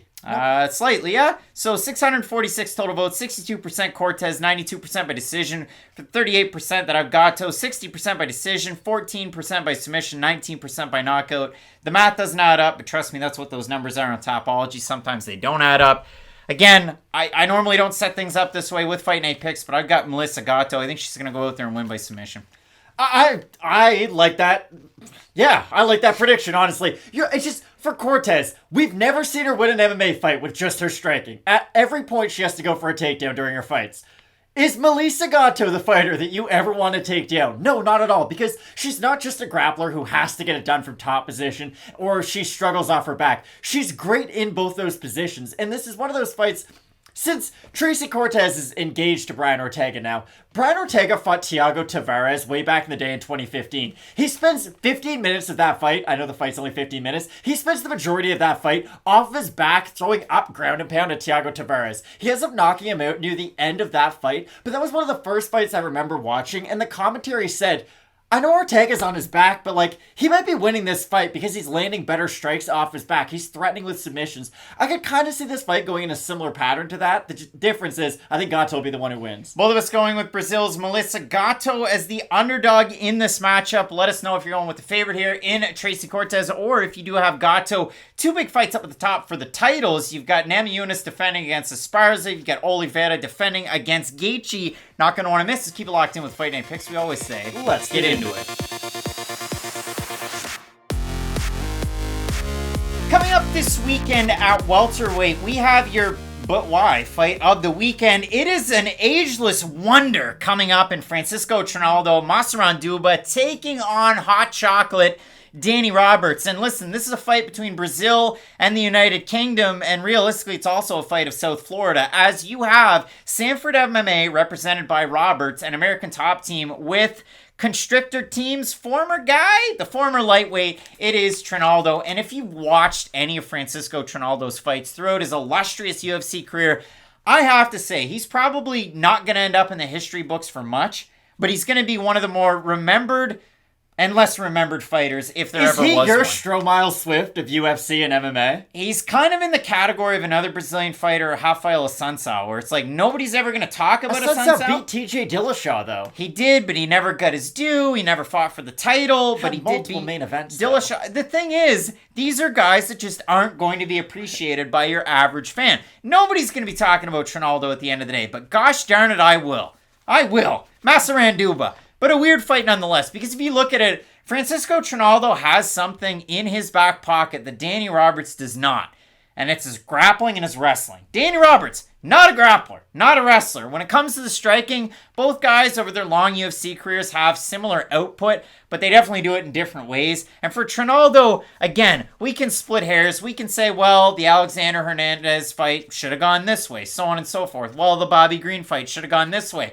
You look at the 5-on-in for Francisco Trinaldo, win over Green, win over McDessie, knockout win over Mr. Jai Herbert, a boring fight against Muslim Salikov, moving up to 170, and then a win by split decision over Dwight Grant where there was an eye poke, and realistically, Massaran Duba probably should have won that fight if the eye poke wasn't a thing. For Danny Roberts, 3-2 in the 5-on-in, win over David Zavada by split. That was a fight of the night way back when Fight Night Picks started. A loss to Claudio Silva by submission, another one of those guys that's going to fly under the radar but has a win over Leon Edwards. Lost to Michel Pereira by knockout, a knockout win over Salim Imadaev, and then a split decision win over Ramzan Ameev his last time out. I wish we get to see Danny Roberts fight more often because I love to watch him fight, but gosh darn it, this is an odd one but a good one. Everyone, I want you to come in here for a second. I'm going to teach everyone about trees for a second, okay? So the thing about trees is, when you try to figure out how old they are, you got to cut it down, you got to count the rings, and then you figure out how old that tree is. To me, Francisco Trinaldo might be like 10 years older than Danny Roberts, but Danny Roberts feels like he has at least as many rings inside of him as Francisco Trinaldo. He's just taken a lot of damage at this stage of his career, especially as of late, which has been a little bit disturbing to see because Roberts' style is based around, I'm going to eat a shot, I'm going to give a shot, I'm going to be one of those kind of blood and gut type brawlers. Now, he does have technical boxing, but I think when Danny Roberts is in the cage, it might start out as, I want to be a technical boxer, but I think we've all watched him fight enough at this point to know he gets hit like one time and then it's off to the races, and that's why we all like watching Hot Chocolate fights so much. Again, he's one of these names who might not be talked about in the future very much, but if you're around for this span in the UFC, you probably have one fight of his that you really enjoyed watching. It's just been really strange because for Massaran Duba, as his career's progressed, I find his footwork has got a little bit better. He's not as available to hit, but there's a flip side to that. He's garbage at cutting off the cage. It's something he's never really got better at, and it was something that was very apparent in that James Vick fight. I know Vick was surging at the time, but Massaran Duba fought a very good fight, and in the third round, he really needed that round, and he definitely won it, but he found himself chasing James Vick a lot in that third round because he wasn't able to cut him off using the cage. He just sort of followed him around in circles over and over and over again. He's fixed a little bit of that as of late, but again, the saying you can't teach an old dog new tricks, it's around for a reason, and at 43, you kind of know what you're going to get out of Trinaldo. I do like what you mentioned though about his grappling. It's not really something we see as often as you might like, because he does have explosive takedowns, he does have a really nice grappling game, especially with his top position, but when he cocks an overhand left and unloads it, even at the age of 43, they say power goes last, and really Francisco Trinaldo is one of the best examples of this. Ask Jai Herbert how that felt. And I know Jai Herbert didn't have the best run in the UFC, but still, Trinaldo in his 40s completely knocked him out cold, and it extended his career to where not a lot of people thought he'd still be in the UFC, especially not fighting this weekend. So I think this is going to be a great fight, even though neither guy's probably going to get into the top 15 of this division. Probably not. You did say Michel Pereira was like a 10 to 15 guy earlier. He could be a 10 to 15 guy at some point. So Francisco Trinaldo, for those who don't know, if we haven't ingrained it in your mind enough, this is the B-dub-dubs fact of the week. He was born in 1978. He's been around the block. So I thought, what old records do I have from not before 1978, but after? And I went with, okay, well, I've got Can't Slow Down by Lionel Richie. Got that in the collection. And guess what? Francisco Trinaldo can't friggin' slow down. It's just insane to see how his career has progressed and that we're at this point with him. So I look at the odds for this fight. Roberts open to plus 120, now minus 106. You look at it for Trinaldo, open to minus 140, now a minus 115. We have a look at the fan vote over on Tapology. Surprised us it is to you. I'm going to say over under 60% Roberts here. I'll say over. Younger fighter. Nope. 652 total votes, 63% Trinaldo, 73% have him to win by decision. For the 37% that have Roberts, 74% have him to win by decision. So it seems like people are thinking decision for a win with either guy. Not necessarily known for their finishing prowess. This is a tough one to pick, though. It's a tough one to pick, but I do think I figured out how I'm going to predict this. I want to pick Francisco Trinaldo. I think he can have the bigger moments in this fight, but this is one of those fights where I'm going to pick Danny Roberts. I think Danny Roberts is probably going to destroy Trinaldo, and then we're all going to be asking ourselves, why did we think Trinaldo had such a good chance to begin with? Because that is the one thing about Francisco that he's not great with. His output is very high and very low. There are some of those periods throughout fights where he's really trying to set up that one big shot, and the problem is, if you don't land the one big knockout punch, you're probably going to lose by decision because the volume of Danny Roberts is quite a bit better, especially on the in-betweens with his own boxing. So I do think Roberts, with his pressure and with his boxing, and the fact that he's a decade younger than Francisco Trinaldo, is probably going to help him a little bit. And then the last thing that we haven't really talked about, Danny Roberts, platinum blonde hair. Because he has it now. Roberts would have to cut off a leg to make 155, and Francisco Trinaldo is a lifelong lightweight who has been forced to move up to welterweight, mainly because the weight cut has been really hard on him at this stage of his career, because he is in his 40s. So Roberts is going to be the bigger guy. I think he's going to have more power. He has the steadier output, and that's why I like Danny Roberts in this fight. Again, it did not work for Daniel Da Silva Lacerda last weekend, but he went bleach blonde, so he kind of cheaped out. He did the high school hockey hair type of thing. Danny Roberts invested in it, even though he had short hair. He's platinum blonde for this one, training out of Sanford MMA. I like the combination for Roberts. I didn't think that he beat Ramazan Ameev. I thought he lost the first 2 rounds, but coming into this one, Matt, it is an important fight for these guys moving forward in their respective UFC careers. And for Danny Roberts, again, output, it is tough because both guys have similar output career-wise in the UFC, but it is on the in-betweens where Trinaldo can take moments off, whereas I do like Roberts as the steadier guy to at least be doing something. So going with the much younger fighter here, representing England, both of us with Danny Roberts in this matchup. Do you have old man Masaranduba? Because guess what? He can't slow down. It's a great fight, and I almost said Leonardo, but Lionel Richie's eyes on the back of that one. Kind of scary. Piercing, some would say. Big time opportunity for both of these guys. And hello, was this a channel you were looking for? Don't forget to drop a like under this video and keep it locked in with Fight Night Picks. As we always say, let's get into it. The former World Series of Fighting and PFL heavyweight champ Blagoy Ivanov coming back after just a week shy of 2 years away from the cage. He's going to be taking on Brazil's Pesao Marcos Rogerio de Lima, a guy who decided, you know what, my job's probably on the line. I should go ham in my next one and knock out Ben Rothwell, BKFC's own. And if you don't believe what I just said, it's fact. And I know it's crazy, and it seems crazy coming out of my mouth. It's like when Tim Tebow tried out for the MLB. You know, you're like, really? This the next thing you're doing? And then he did it for a long time in the minors. He was committed. But the craziest part about I don't question Ben Rothwell's commitment to BKFC. I just question the sport. Ben Rothwell hadn't been knocked out since UFC 104 when he took on Cain Velasquez. That was his first knockout loss in many, many, many years. And for Marcos Rogerio de Lima, here's the weirdest part about his career. He comes into the UFC off the Ultimate Fighter Brazil at heavyweight. He fought Shoeface there. You know, PFL champion Shoeface. And listen, Rogerio has his first fight in the UFC at heavyweight, mingles at light heavyweight, but weighing in at the limit was a problem, so he ends up moving back to heavyweight. Here's his record in the UFC between those two divisions. This is very important.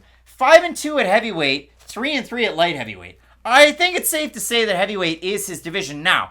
For Rogerio de Lima, his striking is great. His Muay Thai is amazing. His takedown defense is bad. His bottom game is bad. His first move back up to his feet is terrible. Blagoy Ivanov, 2008 World Combat Sambo champion. He beat Fedor that year in Combat Sambo, a guy who was very good at Combat Sambo. And for Blagoy Ivanov coming into the UFC, I know he's 2-3. I know he's got that loss to Junior Dos Santos in a 5-round main event to make his debut.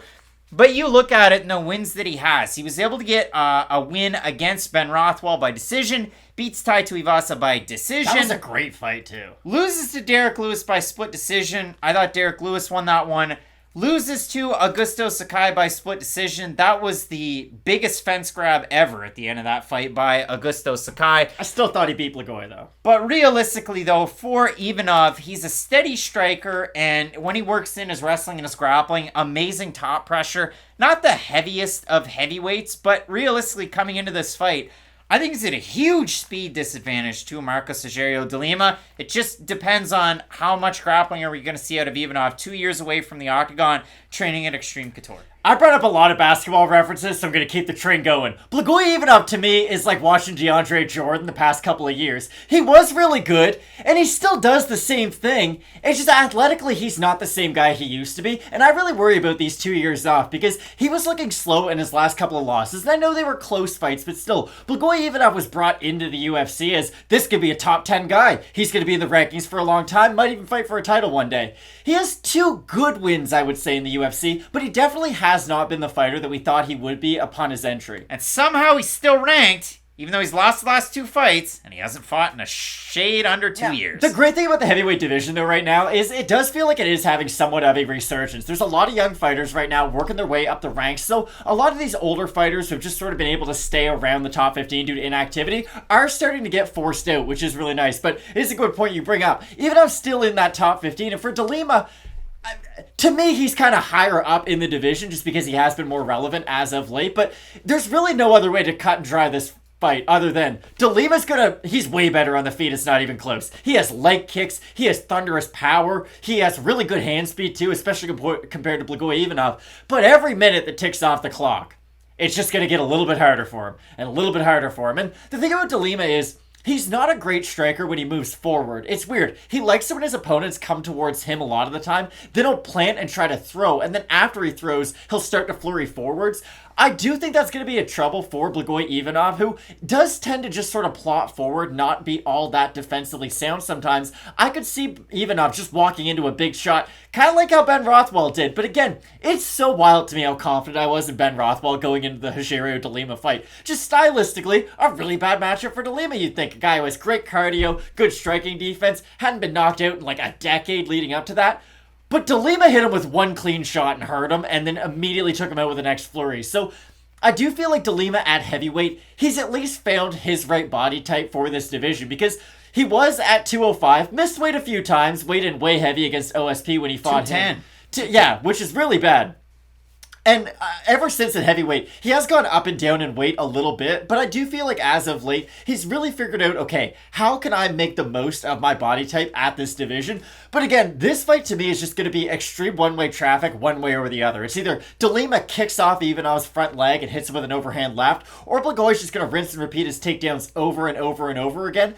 But the thing is, De Lima fights a lot like Tai Tuivasa, and he's not as good, of course, he's slower. But Ivanov did look really good against Tai Tuivasa. He ate some big shots, but he even hurt Tai on the feet in that matchup. So Ivanov does have the experience against the higher level of competition. So you have a look at this fight. Again, Blagoy Ivanov, some sites might still say AKA, but he hasn't trained at AKA in a really long time. He's out of Extreme Couture. And for Marcus Rogerio De Lima, he's training with the UFC and UFC adjacent land of misfit toys that have been cast away in Marcelo Golm, Bruno Oliveira, and another big name, Kleydson Abreu, who did actually just pick up a big one with PFL last week. When it comes to the odds for this fight, Ivanov open to -170 is a -155 favorite. Rogerio De Lima open to +145 is +127, so the odds are closing in.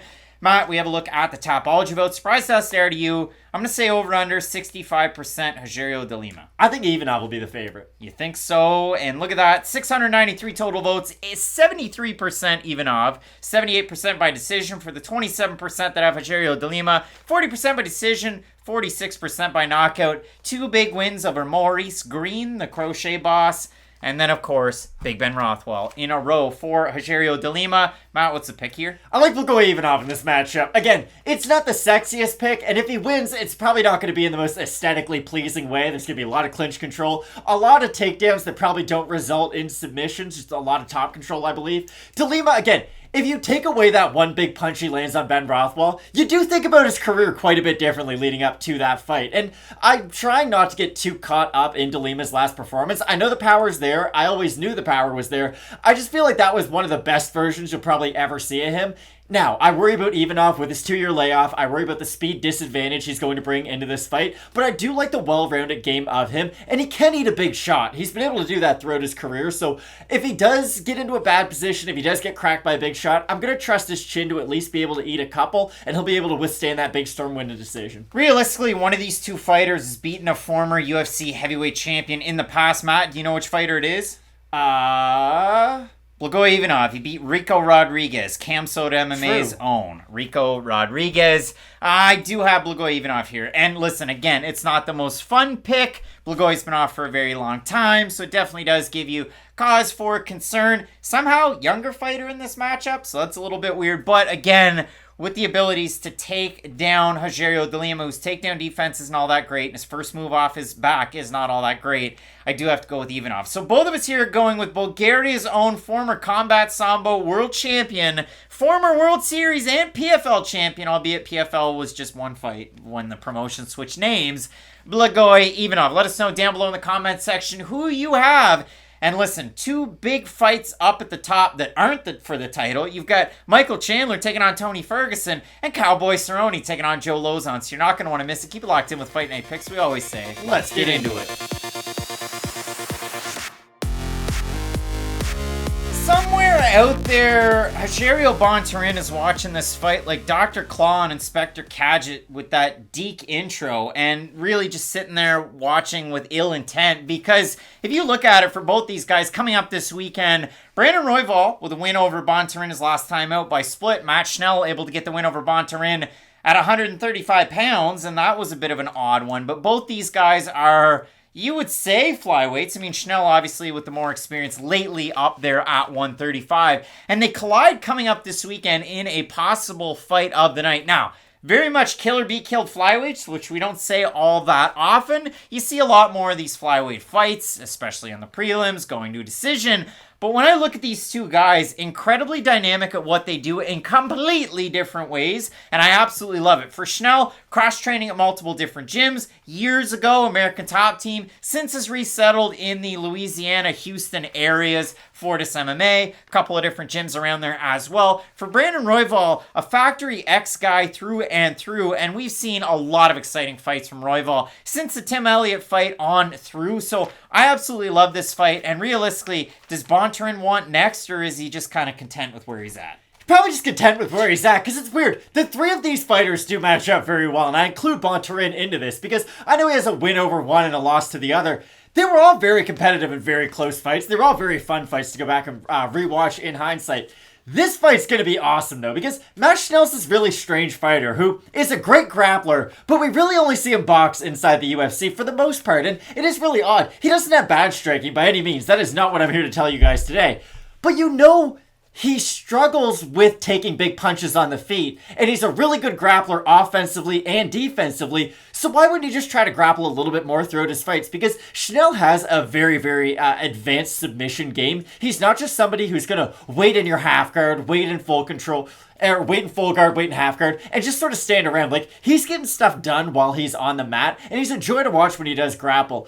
I do worry about him a little bit at this weight class, though, because it does feel like the weight cuts are starting to catch up to Matt Schnell a little bit. He hasn't looked good his last couple of times, making 125, and I do worry, because it's weird. He's not going to be the bigger guy in this matchup against Royval, but I do feel like Royval can make this weight a little bit more comfortably than Matt Schnell can. That might not be the whole story of the fight. It might not matter at all. I just feel like it's something that we should bring up here. But I wonder, who do you think goes for the first takedown in this fight? Because these guys do match up very well. They're both good strikers. They're both good grapplers. I just wonder who wants to take this fight to the ground first. Because for Royval, he's much more kill or be killed, be it on the feet or on the mat. He'll give up good positions just to go for a submission sometimes. Whereas Schnell, I know I talked about him going for a lot more submissions, but he's a little bit more methodical with how he goes about it. He'll win more minutes and less moments. So I'm curious, who do you think decides to go to their grappling first? It's probably going to be Matt Schnell, and the weird part about it is you bring up the weigh-ins and so on and so forth. Matt Schnell was booked to fight Alex Perez 4 different times last year. Perez had a hard time making weight, and especially the last time out, so credit to Matt Schnell for making the weight right there. Fighter pay notwithstanding, he had a good leg to stand on after that, and now he ends up with Brandon Royval, and again, training out of Fortis MMA, Heritage Muay Thai, Gracie Baja West Chase, like so many different ones. But again, I would think that Schnell's probably going to want to initiate the grappling a little bit sooner just because of how big of a wild card Brandon Royval is when he stands, and the fact that he's got power in such unorthodox ways. Go back to Brandon Royval's fight against Kai Kara France if you want to see a wild type of fight that way. But yeah, for me, it's a very, very good fight. It's a very, very tough fight to predict. And again, this one isn't a normal Fight Night Picks type of prediction. I'm going to take it a different way. I look at the odds, and Brandon Royval right now, minus 260 favorite, Matt Schnell at a plus 208. I would have thought those odds would be a lot closer than they are right now. Did you? This is the thing about Matt Schnell. I just feel like the story's kind of out on him at this point. If you can hit him clean on the feet, you can win. And in the grappling, I do think it could be close between these guys, and I think you're right. I do think Schnell's probably the more likely to go for a takedown, because Royval can be held down, and Schnell does have a really good top position. I think on the feet, though, Schnell's going to be in a lot of trouble from the first minute of the fight to the last minute of the fight. And I could imagine watching Brandon Royval fight Tim Elliott and think, wow, I should take that guy down really quick. Because Royval's so fast at cinching up his defensive submissions. Got a great guillotine. Really good with his scrambles, too. The only problem is, when he fights that top level of scrambler like a Brandon Moreno, we kind of saw what happened in their fight. I know he got his arm dislocated, but even before that, Moreno went from full guard to mount to back in about half a second on Royval. So I think these guys match up really, really well. I just think on the feet, Schnell's going to be in danger in every minute of this fight, whereas Royval, I think, can eat the power of Schnell quite a bit more, and I think he can take a lot more chances in this fight. Well, we have a look at those odds. Again, you do have Royval as a sizable favorite over Schnell, and if we have a look at Tapology, the votes are a surprise to us there to you. I'm going to say over under 70% Royval. I'll say over. I'm going to say over. It's way over. 694 total votes, 91% Royval, 36% by decision, 49% by submission for the 9% that have Schnell, 62% by decision. So Brandon Royval by submission or Matt Schnell by decision. That's what the fans are saying. You're leaning Royval's way in this one, eh? I am, but this is one of those rare flyweight fights where both guys could win by finish in any single way. Like, that's how talented both of these fighters are. Again, I know I've set this up a little bit more pro Brandon Royval, but I can't speak enough about the skills of Matt Schnell. He is technically sound in every single area of every fight. If you go back to the Tyson Nam fight, like, stylistically, that's kind of a tough fight for Matt Schnell. He does struggle with power punchers on the feet. We know how good Nam is with his outside movement, but Schnell looked really good in that fight. I know it was a split decision, but I thought Schnell won that fight quite comfortably, and I thought he looked really good with his own boxing. I just worry about his durability compared to Royval's. I've seen Royval eat some really big shots in the UFC, and he might go down from them, but at least he gets back up, whereas Schnell, when he gets hit, does struggle to recover after that initial wobble, and I do think Royval could take advantage after that and finish him, be it with a submission or with some ground and pound on the ground. Traditionally, a bit of a higher work rate from Matt Schnell in his much longer UFC tenure. And again, when it comes to the takedowns, who's going to initiate first, that really will be the fun thing to see. So I'm going to take this one off. I'm going to make it a pop and popcorn and pick Brandon Royval to get the win. Because again, I think out of that southpaw stance, he makes things very, very tricky, especially on some of those Schnell entries, whether it be with the defensive submission abilities, but also when he can time a counter or time something on that way in. Great opportunity for Royval. So both of us going with Factory X's own Brandon Royval to get the win. Let us know down below in the comments section who you have. Some big time fights left on this card that you're not going to want to miss. Keep it locked in with Fight Night Picks. We always say, let's get into it. Couple of fighters whose last fights were at featherweight. Competing at featherweight, we have Macy Chiasson taking on the immortal Norma Dumont. For Norma Dumont, coming off of her big time main event win that happened in the UFC over Aspen Ladd. Victorious on judges' scorecards by scores of 49-46, and maybe there was a 48-47 in there somewhere. But for Dumont, great activity on the feet in that one. Maybe Ladd was a little bit shook with her confidence. However, you got to give credit where it's due to Norma Dumont, because she comes into the UFC, she takes on Megan Anderson, and she had her, and I know we're going to talk about it today, her Jonathan Pierce, Joe Lozon-esque type of fight. Right cross drops her, she ends up getting finished. But since then, 3 big wins for Norma Dumont. She's looked very good in them. 1 over Ashley Evans-Smith, 1 over Felicia Spencer, and 1 over Aspen Ladd. And for Macy Chiasson, it's been weird, right? She beats Penny Kanzad to win the Ultimate Fighter. There's been high highs. There's been low lows. I would say the lowest of low, coming in her weight miss in her last fight and then losing by finish to Raquel Pennington, but also a loss to Lena Landsberg across the way over in Denmark in that one. Wins over Marion Renault, Shanna Young, and Sarah Morris, as well as Gina Mazzani in the UFC. It's just weird because Macy Chiasson, for the longest time, myself included with everyone else, thought that this is a perennial top 5 contender in the UFC's bantamweight division, and it still could happen, But right now, you're really buying low on that. It's like Joanderson Brito going into his fight against Andre Fialho with Craig Allen saying, hey, I like that line. I'm not picking him, but I like that line. There were 3 fighters on this card that I was really high on when they came into the UFC, and 2 of the 3 haven't worked out at all. Jordy Newsom, who I brought up earlier, I thought he was going to be really good, hasn't worked out. Melissa Gatto, I had really high hopes for her, and luckily she's been able to prove me right up until this point. And Macy Chiasson was another one of these fighters, and I know we were both really high on her too. We love her striking, she can get it done from the outside, has great elbows on the inside. But she's one of these fighters who, the strengths are numerous, but so are the weaknesses at this point too, and it does feel like a good game plan can kind of solve the problem that is Macy, because we know how great she is on the feet. We've also seen so many defensive liabilities with her grappling at this point in the UFC that you do wonder if she is ever going to fix that hole in her game, and we were kind of joking around before we started filming this. 2 years ago, I thought Macy would beat Norma Dumont, probably by TKO, probably in the second round. It'd be one of these, like, what's the UFC even doing? Like, this is awful matchmaking.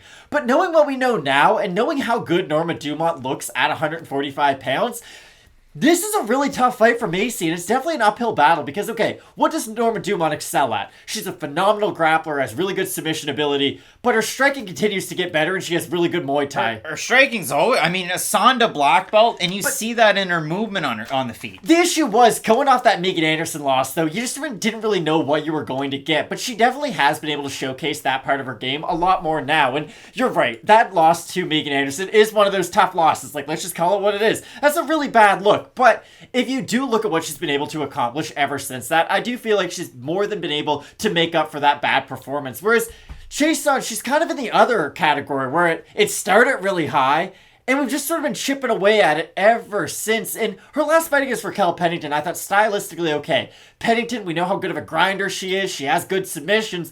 I didn't think she'd go out there and not ragdoll Macy, that's a bit of a strong term, but she thoroughly outcompeted her and really just grinded away at Macy in a way that we hadn't really seen up until that point. And that's why I do think if Norma Dumont can take the cardio that she was able to demonstrate in her last fight, a 5-round performance against Aspen Ladd, you're right, was that the best version of Aspen Ladd we've ever seen? Probably not, but Norma Dumont could not have looked any better than she did in that fight, and I think she's going to take a lot of confidence coming off of a fight at featherweight against another top contender. I really do think we're probably going to see the best version of Norma Dumont in this fight. Getting more work in the States at Syndicate MMA, I think that's probably a good combination for her too. So I look at the odds in this one. Again, it was a little bit of a surprise to me because what we do, breaking the fourth wall, I don't look at the odds. I do all the tape study, I do my notes up, and then right before I hit record, I go, okay, Matt, give me a second. And then I write them down individually. I was surprised. Norma Dumont opened a minus 210 favorite, minus 248 right now on best fight odds. For Macy Chiasson, open a plus 180, plus 199 or thereabouts, so plus 200. We have a look over on Topology. Now, this is the part that is a surprise to us, it is to you. I'm going to say over under 75% Dumont. I was going to say 80% Dumont, so. It is over, so 702 total votes, 88% Dumont, 87% by decision. For the 12% that have Chiasson, 74% by decision. So a lot of people seeing a decision here. I think it'll also go to a decision in this one. But if you really like Macy Chiasson, this is the opportunity to buy incredibly low where she's almost a 2-1 underdog. For me, though, I do like Norma Dumont. The activity on the feet and her foot movement and placement. She's so very good at striking any which way when she's in the cage. So we talked about it. Christoph Jocko against Gerald Mearshart. Norma Dumont fighting anybody. Very good on the back foot. Very good at circling. When Norma Dumont decides to put on her own pressure, very good. And defensively, a good striker. So again, there are positions where Chiasson could take over. You love her clinch game. You love the elbows. You love the knees. Even when she has her back up against the fence, she can get good when she gets her plum clinch in. But for me, I do like Norma Dumont in this fight. Little bit more well-rounded of a skill set. I'm eager to see how Chiasson makes out on the scales as well, because not that it was an issue before, but a big red flag that she ended up missing at 145 her last time out. This is the weird thing about Norma Dumont. I just don't know what she's building towards. You know? Like, at 145... A Chris Cyborg fight. Exactly. We're talking about her fighting someone from an organization that's not the UFC. Like, isn't it weird how she's the only kind of contender at 145 pounds right now? I'm good with it, too. It's just... Normally, and I know there's a lot of fans out there who do the same thing. You get done watching a fight and you immediately go, okay, well, what's next? Who could they fight in the future? Norma Dumont's looked really good as of late, but I've never got done watching one of her fights and thought, wow, this is an obvious next opponent for her. I know Amanda Nunes is going to have her rematch for the title at 135, and she's still the featherweight champion, but the division is kind of put on ice right now, other than the fact that Norma Dumont's been consistent as of late, so it was just nice to be able to see, okay, if Dumont wins this fight, this is next for her. I believe she will be able to win it, but it was just nice to be able to set some kind of a road forward so we know what this is building towards. There's one other featherweight fighter on the UFC's roster, because again, Felicia Spencer retired. There's 1-0 Danielle Wolf. So she's both not of us fighting Norma Dumont. going with Norma Dumont to get the win over Macy Chasson this weekend. Maybe she fights 1-0 Danielle Wolf. Maybe she fights for the title later on this year. Who the hell knows? But a big-time fight nonetheless, and a big-time main card coming up that you're not going to want to miss. So you got to keep it locked in with Fight Night Picks, as we always say. Let's get into it. Come on, Rude Boy, can you give it up? Oh, no. Love me. Rude Boy Randy Brown coming up this weekend, taking on the Ox fighter, Chaos Kalen Williams, a guy whose name I could not figure out when he made his UFC debut. But what I do know is he was able to rack off very quick wins over Alex Morono, where he's a plus 300 underdog. He beats Abdul Razak Al Hassan. He picks up an L on his record, but we can just gloss over that because it's been 2 wins since that point in time. And for Chaos Williams, it is an interesting career because we've seen these adjustments since he's been in the UFC where he comes in, gets those big knockout wins, loses to Michel Pereira in a fight where both guys were technical and tentative. Is that the Eliseo Zaleski dos Santos versus Muslim Salikov fight of his career? We all had such high hopes for that performance, and then they just stood there and looked at each other for 15 minutes. Well, then Chaos has a really close fight against Matt Semmelsberger, wins that one by decision. You could have made an argument either way. And then he knocks out Miguel Baeza, and that's a thing that happens more often now, but it started really with Chaos getting the job done. So for Chaos Williams, he's coming into a fight against Randy Brown, who's rolling. And when Randy came into the UFC, it was really hard to tell what kind of a guy you were going to get. He was a Dana White's looking for a fight guy. You might completely forget that, but that's where he came from. And it's been a really interesting and impactful UFC career because I remember way back when he took on Matt Dwyer in the UFC debut. Matt Dwyer, fellow Canadian, UFC Moncton, Canadian. But realistically, he gets a win there, and then it's kind of off to the races. And I look at the losses, 1 to Mike Graves, 1 to Bilal Muhammad, 1 to Nico Price, 1 to Vicente Luque, and all of those losses you can somewhat understand. And with Randy Brown, I mean, what's the Achilles heel? He doesn't check leg kicks, and he has very thin legs, and they get kicked a lot. His wrestling defense isn't great, but it's not bad. And I'd say that's probably really it with him. He holds his chin a little high. That is the one thing. This is my theory, and this is held true ever since I brought it up on the channel, so I can keep on saying it. Tall people make a mistake in sparring just by being tall. This is the problem. When you're taller than people in sparring, all I have to do is lean back. That's all you have to do. People are going to continue with their combinations because you're not trying to knock your opponent out in sparring. Hopefully. But you normally are trying to if you're with a sparring partner that you know. Like, it rarely happens. People don't get knocked out in sparring ever, really. Randy Brown leans back a lot, and he does leave his head wide open a lot in his fights. And he's one of these weird fighters, so you're right. He kind of looks good in all of his losses, but it does feel like there's always a tricky spot in all of his wins where you're like, it'd be nice if he didn't have to go through that adversity on his way to a win. So he is kind of a tricky fighter. This is the thing I'll say about Randy Brown, though. Athletically, he has every intangible you would want for a welterweight fighter. He's extremely physically strong, has really long arms, so he has great range, great reach, and he is a cerebral fighter. You're right. He is a great offensive grappler, does struggle a little bit with his own wrestling defense, but for the most part, when it's time to strike and when it's time to grapple, Randy Brown is really good with his ranges. It's just he does get caught quite a bit. And you bring up the level of competition that Randy Brown has had. Not even close between these guys over the last few years. And it's kind of funny. We talked so much about Chaos Williams' level of competition coming into the UFC. How, listen, they're good wins, but they're over a lot of people he probably should have won. We can't really say that anymore, especially after the UFC run he's been able to have. He's proven me wrong more times than I can count at this point. It's been really nice to see because Williams can show you that, hey, do I have to be the most technical guy? No. If you have power like Chaos Williams has power, it erases a lot of your sins that you make throughout your fights. This is the weird thing about this fight, though. Just in my mind, I assume, Randy Brown, a way better grappler than Chaos Williams. Chaos himself is a decent wrestler, though, and that's why I am curious to see, can Williams keep this fight on the feet? Because I think his physical strength is going to help him keep it on the feet for at least a little while early on in the fight. I think Rude Boy is the better gas tank, and I do think that his experience against higher level fighters is going to help him a lot in this matchup, because you went through a couple of his opponents. Isn't this crazy? He went from fighting Bilal Muhammad to Mickey Gall. Like, those were back-to-back opponents for Randy Brown. That's a crazy difference between those two. So if you go back and you look at it for Chaos Williams, for parity's sake, in 2018, he was 3-0 and he lost to a debuting Dan Yates. Dan Yates, who's 1-1 in his overall Mr. MMA Genuine. career. So 2018, very early on that year. Who was Randy Brown taking on at that point in time? Well, he beat Mickey Gall in November 2017, and then in July of 2018, he lost to Nico Price, the embarrassing hammer fist off the bottom. So, again, you're taking on Gall, Price. After that, wins over Barberena, Alves, lost to Luque, beats Alex Oliveira with a crazy one-arm rear naked choke, and then beats Jared Gooden. Is he ex-MMA zone now? He's been around. Jared Gooden. I enjoy a Jared Gooden fight. But Chaos Williams, again, he's proven it that he's more than just that.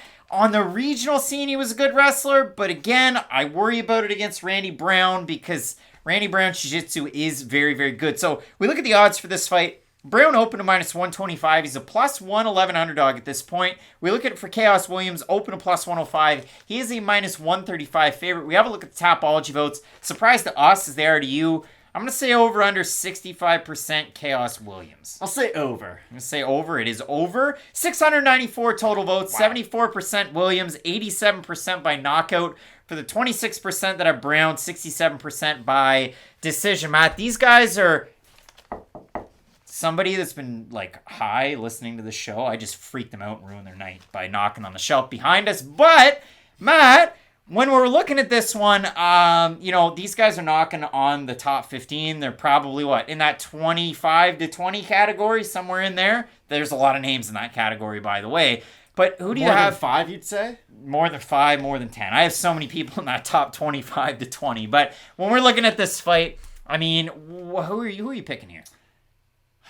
Chaos Williams, okay, if you've ever hit one of those punching machines, Chaos Williams has the record on the one that you've hit. I don't care where it is and what corner of the earth. Fredericton, New Brunswick, Canada, you bet. Chaos Williams has set the record in all of them. Each and every one. No one's ever beat him before in them, and you cannot prove me otherwise. This is a weird fight, because again, if you stack up their skills, Randy Brown's the more skilled fighter, and normally I would pick the more skilled fighter, but I do feel like the combination of Williams' takedown defense and his power punching, he's gonna hit Randy Brown with a clean shot at one point, and this is what I meant when I talk about Randy Brown sometimes looks good in bad performances and bad in good performances.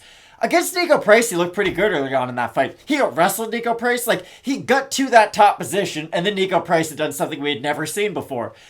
Go back to the Alex Oliveira fight. I didn't love Randy Brown's fighting in the first 4 minutes or so of that round. I know he won by first round rear naked choke, so it's hard to take any negatives from that performance, but he ate a ton of leg kicks, and he ate some straight shots at range too, and Alex Oliveira can't really make you pay with those strikes.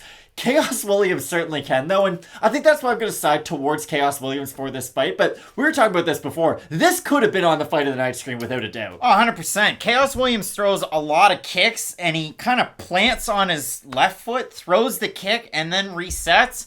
That's a huge opportunity for the longer fighter in Randy Brown to either take him down or to hit him. So for me, again, Randy Brown gets kicked quite a bit, gets kicked to his legs to where it's troubling. But again, I got to go with the more skilled guy over the power. And this is legendary power. This is like face-melting Johnny Hendricks in 2013 type of power that we're dealing with in this division. What we're trying to say is you don't want to get hit clean by Chaos Williams. No, I don't. I certainly don't. But I do not have him in this one. I've got Randy Brown based on all of the skills that we talked about earlier on.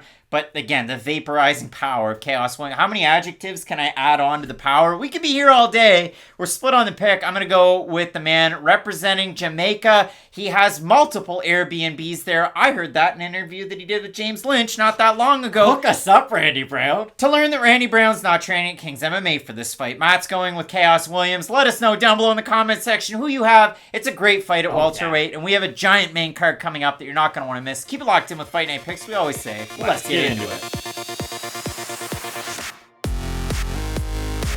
Coming up this weekend with 33 performance bonuses among them and a combined age of 77, we have Donald Cowboy Cerrone taking on the coach that is Joe Lauzon. You could say that about either one of these guys.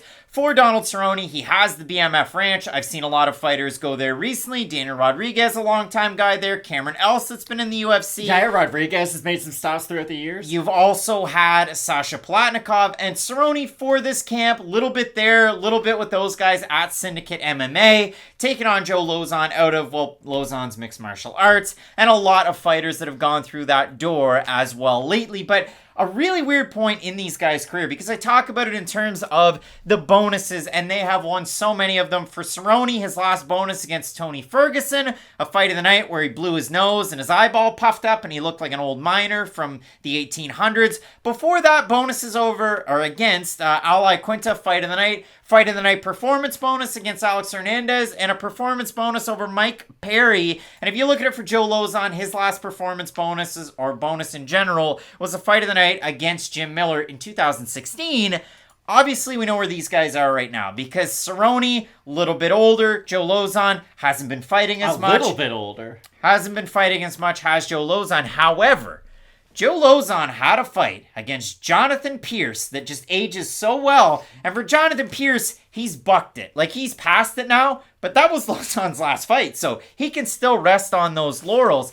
It's just odd to see this fight right now in 2022 where Cowboy Cerrone, I can, use a cheesy term and say, okay, well, this guy's a gunslinger. And you would agree with me, He's about this life, though, 100%. Like, when you think about an MMA fighter in his day-to-day life and in the cage, you probably have an idea of someone like Cowboy Cerrone. He's riding horses, he's on, doing jet skis and stuff. Like, Cowboy does wild stuff in his spare time, goes skydiving, he hunts a lot. Like, Cowboy is what his nickname is. And it's been really nice to see it. I do agree with you. It's weird to see these guys fight each other in 2022, but I wouldn't want to see them with anyone else as an opponent at this stage of their careers. Yeah, like Cowboy Cerrone goes in, fills out a personality test, and they ask you, what do you do in your spare time? And Matt Allen would say, for his response, probably, doing jet skis. But he's always up to something. And he's that little rascal. But that's both of these guys are in a really good spot in the sport, and I hope they realize it themselves, because I don't look at Joe Lauzon and Cowboy Cerrone as two people who, they gotta fight deep into their 40s because there's nothing else for them to do. Like, Joe Lauzon, like you said, it's not like Lauzon MMA is this new thing that just started a year ago and we're not sure if it's gonna make it or not. Like, Joe Lauzon's an exceptional coach who has a lot of respect in the sport, who's maybe not globally known, but if you know anything about MMA, you probably know quite a bit about Joe Lauzon. And same thing with Cowboy Cerrone. So I hope that these guys don't have to take a lot of fights after this one, because I really do feel like the matchmaking for this is going to result in a fun fight. Because this was a point I had a lot about Joe Lauzon, especially after the Grutzmacher fight, because that was an awful loss. Oh yeah, knockout loss right there. But it wasn't just a knockout loss. There's different ways to get knocked out. Like, Conor McGregor's knockout win over Jose Aldo isn't as bad as how bad Lauzon looked against Grutzmacher. There was no response. And that's what I talked about. Like, Darren Elkins, that was a big point for me last weekend. He looked really good and got the win. But fighters reach a stage in their career where they get hit and they just don't throw back. BJ Penn was at that point in his career. Near the end, it was, okay, I'm not getting knocked out, I'm not getting flatlined, but you could tell that once he got hurt, he could just never really recover from that point. But what I do like out of Lauzon is he's taken a lot of time off since that fight, and he hasn't been as active. And I'm really glad you brought that up at the beginning, because for Cowboy, in the Morono fight, he kind of looked like the fighter that I claimed Joe Lauzon was in the Grutzmacher fight. Cowboy didn't get flatlined or anything in that fight against Morono. He got hit by a clean kick, and then you could tell the second he was wobbled, he kind of shelled up. It's just, he fought in a much more defensive way. And when you're fighting a guy like Joe Lauzon, who has, I'll be honest, an odd amount of explosion in his punches. Like, he does have decent punching power. He throws weird shovel hooks. Yeah, he comes forward into it. Like, it's different. Go back and watch his knockout win over Jens Pulver. This is the weirdest thing about Joe Lauzon. He knocked out Jens Pulver and then said, okay, I'll take a step back and go on the Ultimate Fighter, and I'll let Jens Pulver be my coach, even though I just got a win over him. Like, Joe Lauzon is a mixed martial artist through and through. Like, he just wants to learn more about the sport as he goes on. If he gets some wins along the way, that's pretty cool. If he loses some along the way, that's pretty cool too. Just What I want people who are watching this fight and this video to know is that we might not be watching prime Donald Cerrone or prime Joe Lozon, but I'll be damned if I let either one of these guys be disrespected this week and let people talk bad about them for how they've looked as of late. Because if you know anything about this sport, and if you are a hardcore MMA fan, you've got nothing but love for Cowboy Cerrone and for Joe Lozon. Cowboy Cerrone opened a minus 300 favorite for this fight. He's a minus 180 right now. Joe Lozon opened at a plus 250. Plus 150 right now. Topology vote. Surprise to us there. Do you? I'm going to say over under 80% Cowboy Cerrone. I think even higher. No, Wow. It's slightly lower. 700 and what is it? 89 total votes. 63% Cerrone, 70% by decision. For the 37% that have Lozon, 41% by decision, 34% by the knockout. So, Matt, it is a very interesting fight. Cerrone, in the last 5 fights, Justin Gaethje, you've got Conor McGregor, Anthony Pettis, Nico Price, and Alex Morono. And Tony right before that, too. Those last 2 are at 170 pounds. But this fight's at lightweight, and Cerrone looks like death on the scales at 155. And, that was going to be the last thing I wanted to hit it, too.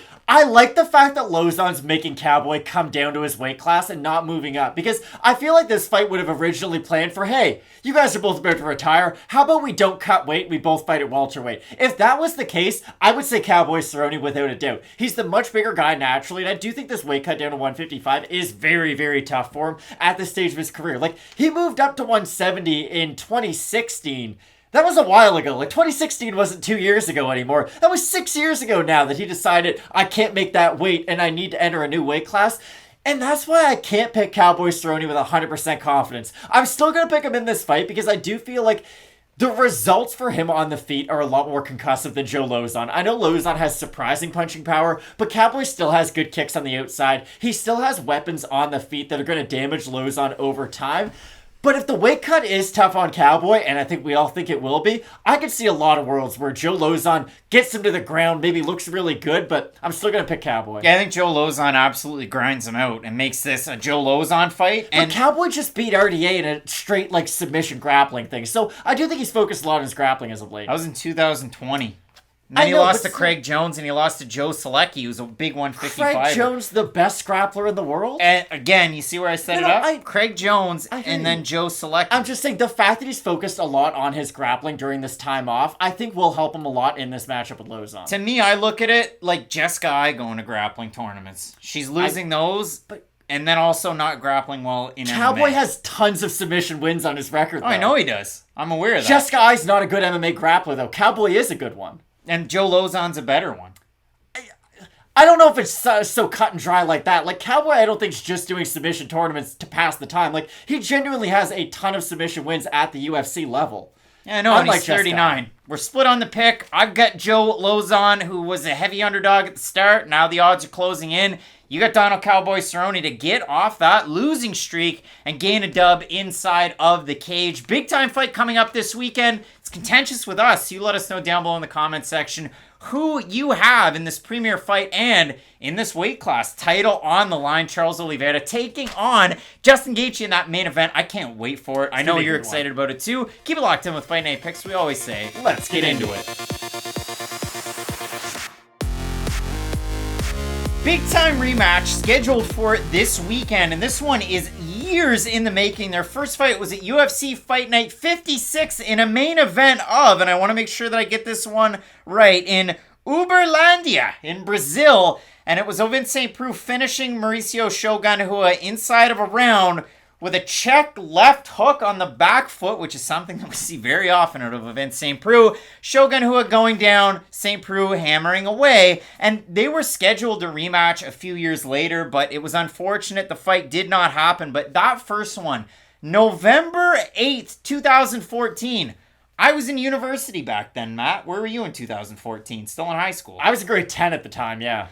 Still in high school. So it's wild to think that these two guys are rematching this far away in the future. And it's really been mixed results for these guys. Not even since then, but just lately. And for Shogun, the 5-on-in is spread apart through years. It's 3 years and 8 months ago. He took on Anthony Smith in a main event across the pond where he walked in crying and he walked out losing very quickly to Anthony Smith. Picks up a big win over Tyson Pedro, the shock to many. He has a crazy fight against Paul Craig that ends up as a split draw. He then has a fight against Antonio Rogerio Nogueira that he wins by split decision in one of the worst fights I've ever seen. It was awful. And then his next time out, he fights Paul Craig in the rematch. Goes out there, has some of those quick blitzes that we knew in his time over with Pride, in his early time with the UFC. But for Shogun, he gets completely out-grappled and out-wrestled in the first round of that. He does have some explosivity to get back up. There is a point, though, up against the cage where you see Paul Craig getting the back, and Shogun, when he gets taken down in this attempt, he hits the canvas, he winces really bad, and then with his right arm, he kind of like goes to push on the ground and pulls it back and winces even more. Like, it looked like he got hurt.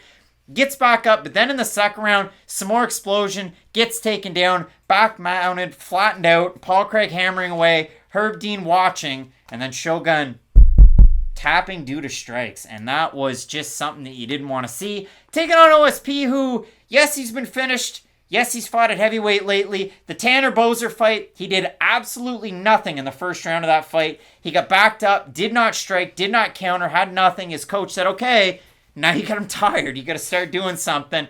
And then OSP has that great, like, almost judo throw to get the takedown. Boser grabs the fence as he's getting up. Jason Herzog says, don't do that, but didn't change anything. Boser gets back up, hammers away, knocks down and out OSP. But now we're here. Vince was getting ready for a fight at light heavyweight for that one. He weighed in at 230 against Boser. He was, like 240 when he fought Ben Rothwell at heavyweight. I don't see these guys, having giant issues on the scale. But again, 40-year-old Shogun and 39-year-old OSP. Who'd have thought? So do you want me to start with the weight? I don't know. Here's the thing about this fight. If OSP can make 205 healthy and safely, I don't know how he loses this, if we're all being honest with each other. Here's the problem with Mauricio Shogun, who is career, and no one loves this man more than me. Again, every time we talk about him, we just talk about how this is one of the guys who got us involved in MMA. We watched him growing up. His career in hindsight doesn't look that great. Like, Shogun only had one 3-fight winning streak in the UFC in his whole entire career. And when you do look at it, it was in, like, a weird stage where he beat Jean Vellante to end it. Like, he's been riding a lot off that Pride tournament win back in 2006, and we all talk 2005. We all talk about it all the time, and it was a great showcase. But he hasn't had a 4-fight win streak since then. And if we do look at Shogun as an all-time great, which I do think he is based on accomplishment, it is really hard to look at his record and think, wow, he was on like this one run that really puts him up there with the best of anyone. Like, it's kind of like Charles Oliveira. Charles Oliveira at the start of his career, not an all-time great at all. But if you just isolate the run he's on right now, no one can deny the fact that he is currently on an all-time great run. For Shogun, he was just never on one of those, and that's why it is hard to always go back and think, well, was he really at that world-class level? Like, he was even an underdog fighting John Jones when John Jones was only 21 years old fighting for the title back in the day. So people back then had even sort of tapered their expectations for what Shogun was. And I just feel like it's been a very, very long time since he's had a quality win against someone who was able to maintain in the UFC. Like, we're going through his record right now. Brandon Vera did not have the best run in the UFC. I know he's getting one championship, but still, and the UFC wasn't great. James Tahuna. It's a good win, but when you look at the losses around it, lost to Chael, lost to Dan Henderson, lost to OSP, he's beating guys he should beat, and he's losing to the more recognizable names at the top of this division. And even as of late, you bring up his win over Nogueira, it's a good point. A split decision win in a low output fight against someone like Nogueira, that doesn't give me a lot of confidence going into a fight against OSP, who definitely isn't in the prime of his career anymore. But does OSP eat one shot and go down? Okay, maybe he doesn't need a lot of shots before he goes down, but he can at least eat a couple power shots and respond with his own in a fight. I don't know if Shogun has that level of durability anymore, and the other thing is, OSP is a way better grappler than a lot of people realize, and yes, people are starting to get on board now. They know him for that St. Preux choke, because it's not even the Von Flu anymore. Everyone knows OSP for doing it. I think he's the better grappler. I think he's the bigger fighter. I think he's the more athletic fighter. I just don't know what Shogun's going to do to win this fight at 40 years of age. To me, again, even in that last Paul Craig fight, Shogun still had that quick first step, that good blitz that you know him for, those... Like, who sizes Shogun's trunks throughout his career? They're the smallest damn trunks I've ever seen in my life. And into his 40s, he's still wearing these friggin'... Get longer shorts, man! It's embarrassing. Like, he's a big Larry Bird fan. OSP wears those long, like, compression shorts that go almost down to his knees. Shogun needs those, because they're boy shorts that you wear, like, on a weekend away. And Shogun's wearing them as a 40-year-old. And I'm not wearing them. I'm just saying. I take issue with them. They're very small. But for Shogun, he still has that very quick first step. He still has that good blitz. And then he backs up and then he goes again. And against OSP, you have those counters. Could Shogun damage St. Preux? Possibly. But he doesn't have that same oomph at the end of his shots. And again, Shogun's issues lately in these losses are his defensive wrestling. It's been a problem throughout his career. We'll see if OSP goes after some of those shots, but you look at it in terms of the odds. St. Preux open to minus 160 favorite, minus 250 right now. Shogun open plus 140, plus 200. We have a look over in Topology. This is a childhood idol, and I hate to say it, but over under 75% will win St. Preux. I think it'll be an 85 or above. 75 on the nose. So 779 total votes, 75% St. Preux, 31% by decision, 64% by knockout for the 25% that have Shogun, 39% by decision, 47% by knockout. I think that Ovince St. Preux wins this fight, and it's going to be sad for me in 2022 as it would have been in like 2007.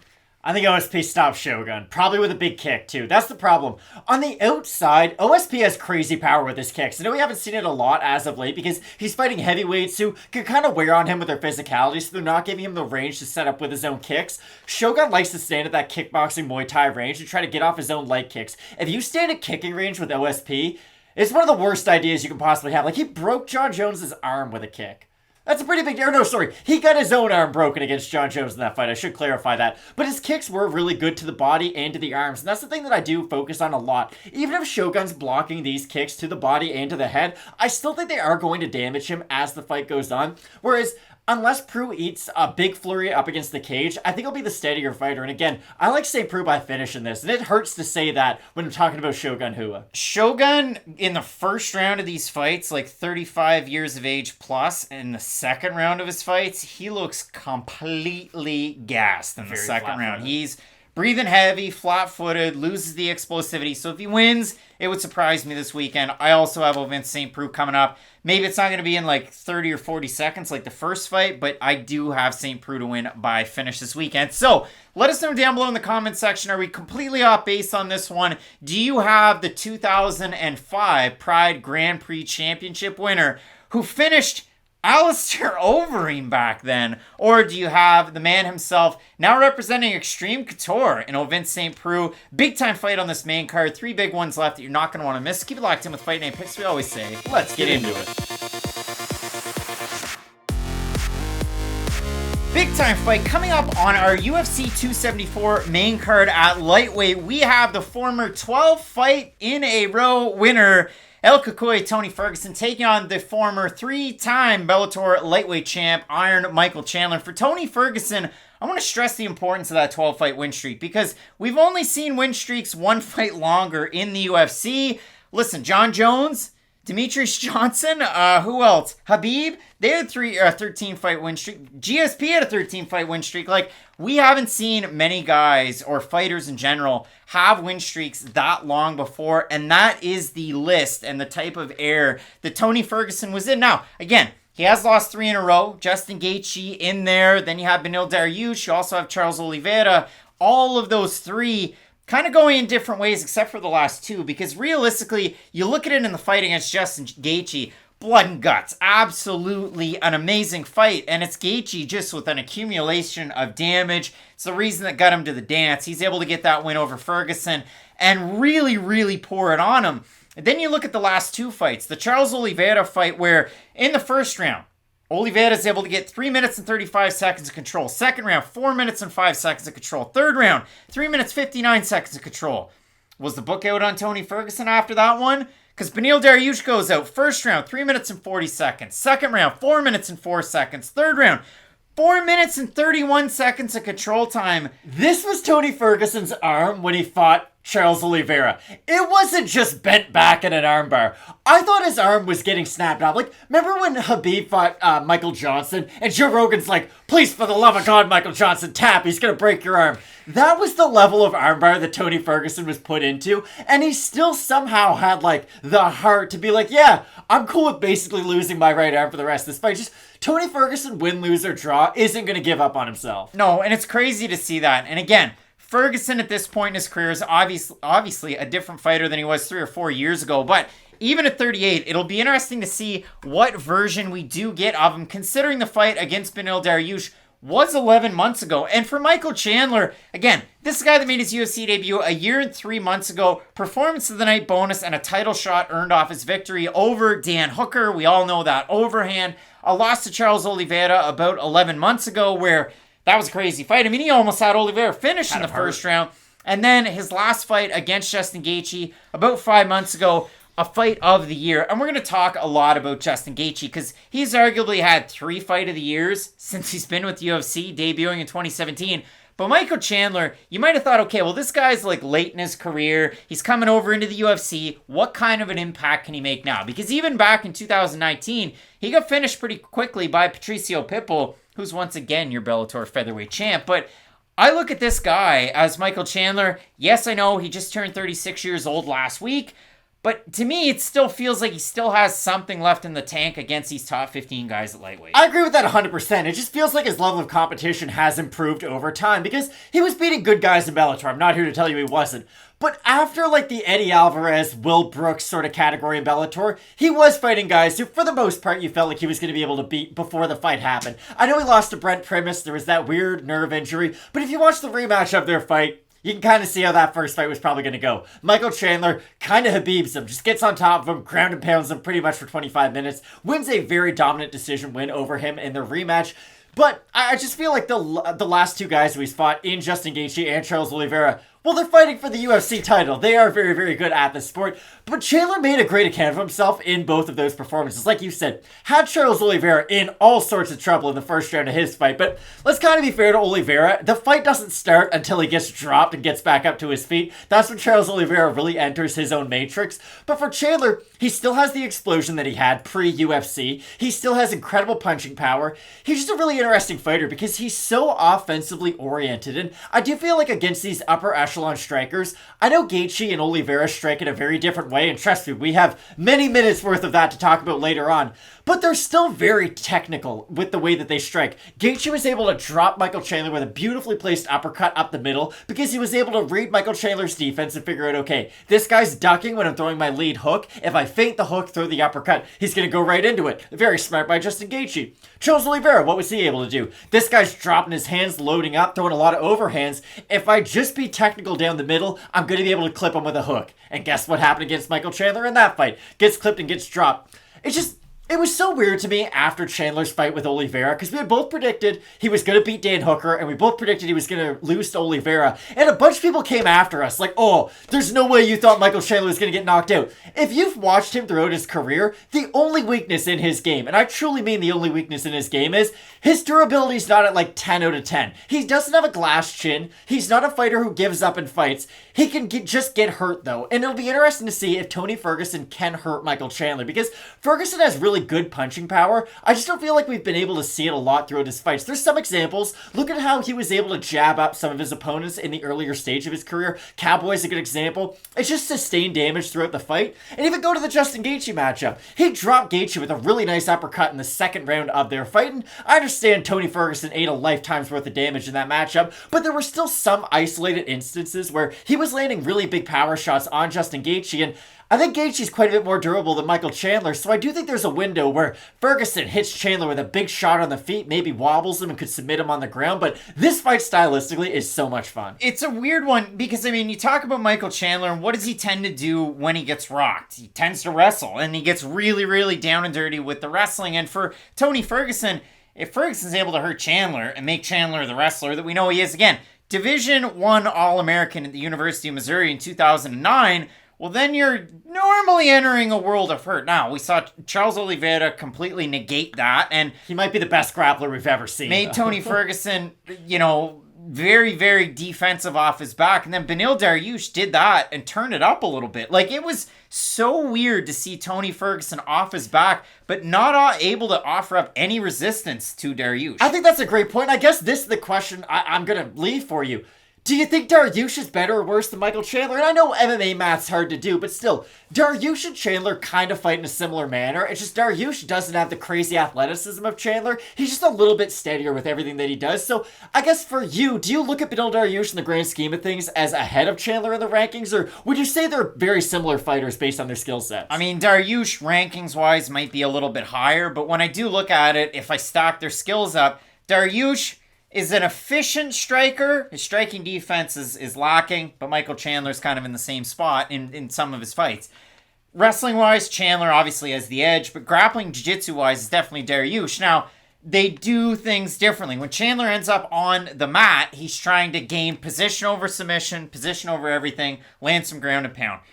With Dariush, he's trying to lock in submissions. So it is different. They come in different sizes, different shapes, different packages. And again, for Michael Chandler, you don't need more than that picture to tell you that this is one of the more athletic guys you're going to find in this division. Now, for the guy representing St. Louis and then Nashville and then also at the same time Sanford MMA, a tough test, obviously, against Tony Ferguson. We look at the odds in this fight, though. Chandler opened at -155, and then that line got cooked. And he's a -411 favorite right now on Bodog, best fight odds. And then if you look at it for Tony Ferguson, open at +135, +310. I haven't looked at the Topology votes. Surprise to me, to us, there, to you. I think Chandler by 80%. I think it's going to be over. And slightly over. So 822 total votes, 82% Chandler, 33% by decision, 61% by knockout. For the 18% that have Tony Ferguson, it's like a lifesaver popsicle. 35% by decision, 32% by submission, 27% by knockout. So Matt, I mean, things are split. This should be a 5-round fight, but it's not. It's 3 rounds, so that could favor one of two. We'll see. But what are you saying as far as the pick's concerned here? I don't think we've ever talked enough about Tony Ferguson's ACL. And trust me, we probably talked too much about ACLs. But it feels like that's been something that's been completely glossed over. Remember when he came back in 6 months after... And he looked good against Anthony Pettis.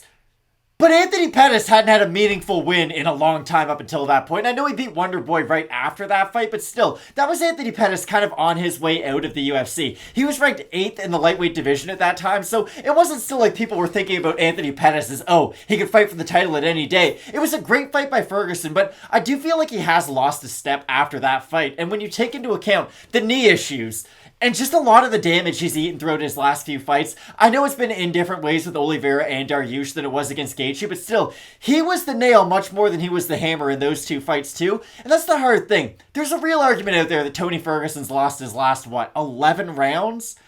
And that's still a really hard position to be going into a fight against Michael Chandler like that, because even Chandler in his losses has still looked pretty darn good. Won the first round against Gaethje, gets dropped after that, rallies a little bit, I have a hard time with this one because, again, for Ferguson to beat Chandler, could he go out there and submit Michael Chandler? I don't think he can, honestly. It's entirely possible. I don't see it happening. Could he go out there and rock Chandler? It's entirely possible. Who was it who Chandler slammed, dislocated their arm, and immediately triangle choked? My favorite guy, Brandon Gertz. Okay, that's where I kind of disagree with you a little bit on Chandler's more position over submission. I think he can attack both in an equal manner. I do think his grappling is well-rounded enough to where, again, to predict he's going to submit Tony Ferguson is a crazy prediction. But I think he can handle his own in a lot of these grappling sequences on the mat. Again, I care way too much about Gaethje Yamauchi, but guess what? He fights very similar to Tony Ferguson.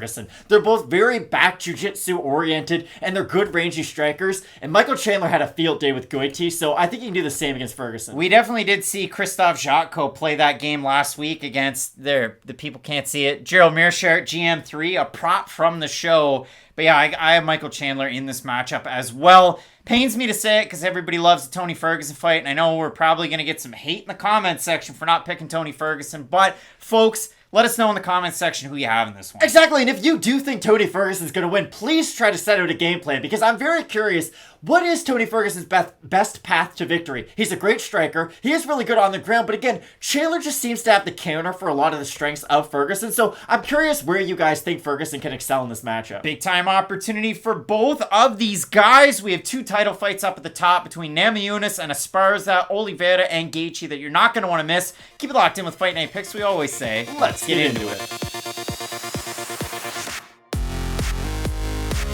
Big time fight for the strawweight title in a rematch 2,703 days in the making. We have Rose Namajunas, Thug Rose taking on the Cookie Monster, Carla Esparza. I don't like the nickname the Cookie Monster. I don't like Cheesecake or Cupcake as nicknames either. Just, don't go with that, please. But what I can say is that the waiting game paid off for Carla Craig, Esparza. no nickname Allen's talking a lot of jazz about other people's nicknames. Maybe I should give myself a nickname. Like, listen, Slim Don't Reaper's... be Greg Hardy, you can't. Slim Reaper's already out there. I could go with something like that. But when it comes to this fight coming up this weekend, for Esparza, she beats Yan Xiaonan. She shoots her shot for a title. Dana White goes, whoa, hold on now.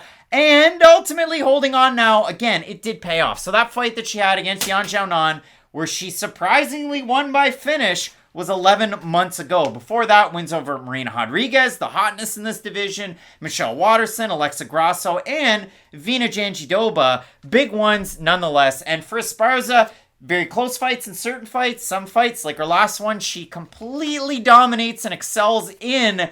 And a tough test against Rose Namajunas. We look at the 5-on-in, the fights that she's had against Joanna, the fight against Jessica Andrade, but then to beat Andrade the next time out, Zhang Weili to finish her, and then to win by split decision in her last fight. That last one against Zhang Weili was almost 6 months ago, so it's been a little bit of time since we've seen Rose Namajunas as well.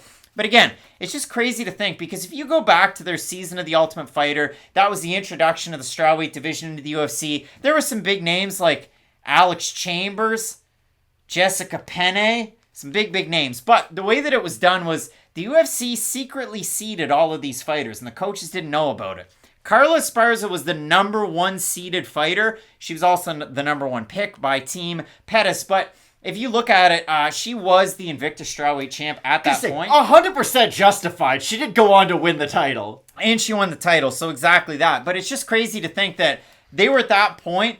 Rose Namajunas was, and I want to make sure that I get this one right, she was chosen with the 4th pick by Team Melendez. She was only 22 back then, and she's gone on to do such great things, but not a fighter that fights all that often. I mean, she's 12-4 if you count one of the 3-round fights on The Ultimate Fighter, which we have up on the screen, 11-4 if you don't, but just a wild thing to go from like a fight on The Ultimate Fighter back in 2014 to rematching now, and both fighters still being at the top of their games too. Which has been really surprising. If you had told me after UFC 217, where Rose Namajunas won the title, when she knocks out Joanna Jędrzejczyk, that Carla Esparza would ever make her way back to a title shot, I'd say that you probably haven't watched MMA in about 3 or 4 years, and I feel like I would have been right at that time to say so. Carla Esparza is like an S-tier Gerald Meerschaert, like an S-tier Paul Craig, and not the fact that they're jiu-jitsu oriented. They're very high-level problem solvers, and they figure out what their opponent's weakness is, and then they just find a way to exploit it. And that's why Esparza's wins, especially as of late, they've all been very close, because Esparza is a really interesting fighter. She's extremely dominant on the ground. She is one of the best pure wrestlers in this division, because Tatiana Suarez, I guess, doesn't fight in this division anymore. Don't worry, I'm going to talk about Tatiana here in a little bit. But Carla, to me, really is just, when you think about the premier wrestler at this weight division, you think about Carla Esparza. She knows what she's good at, she knows what she isn't good at. And in this fight against Namajunas, Rose is the way better striker in this matchup. Can throw kicks, can throw in combination, has genuine power on the feet too to end this fight at any moment. Like, she's knocked down Jessica Andrade with a knee, head kicked Weili and knocked her out, and knocked out Joanna with a left hook. I think we can all agree Rose Namajunas has serious power, and it's wild. Like, you bring up what your nickname could be, Slim Reaper. If that was Rose Namajunas' nickname, no one would think twice about it, but she genuinely has incredible power for this division.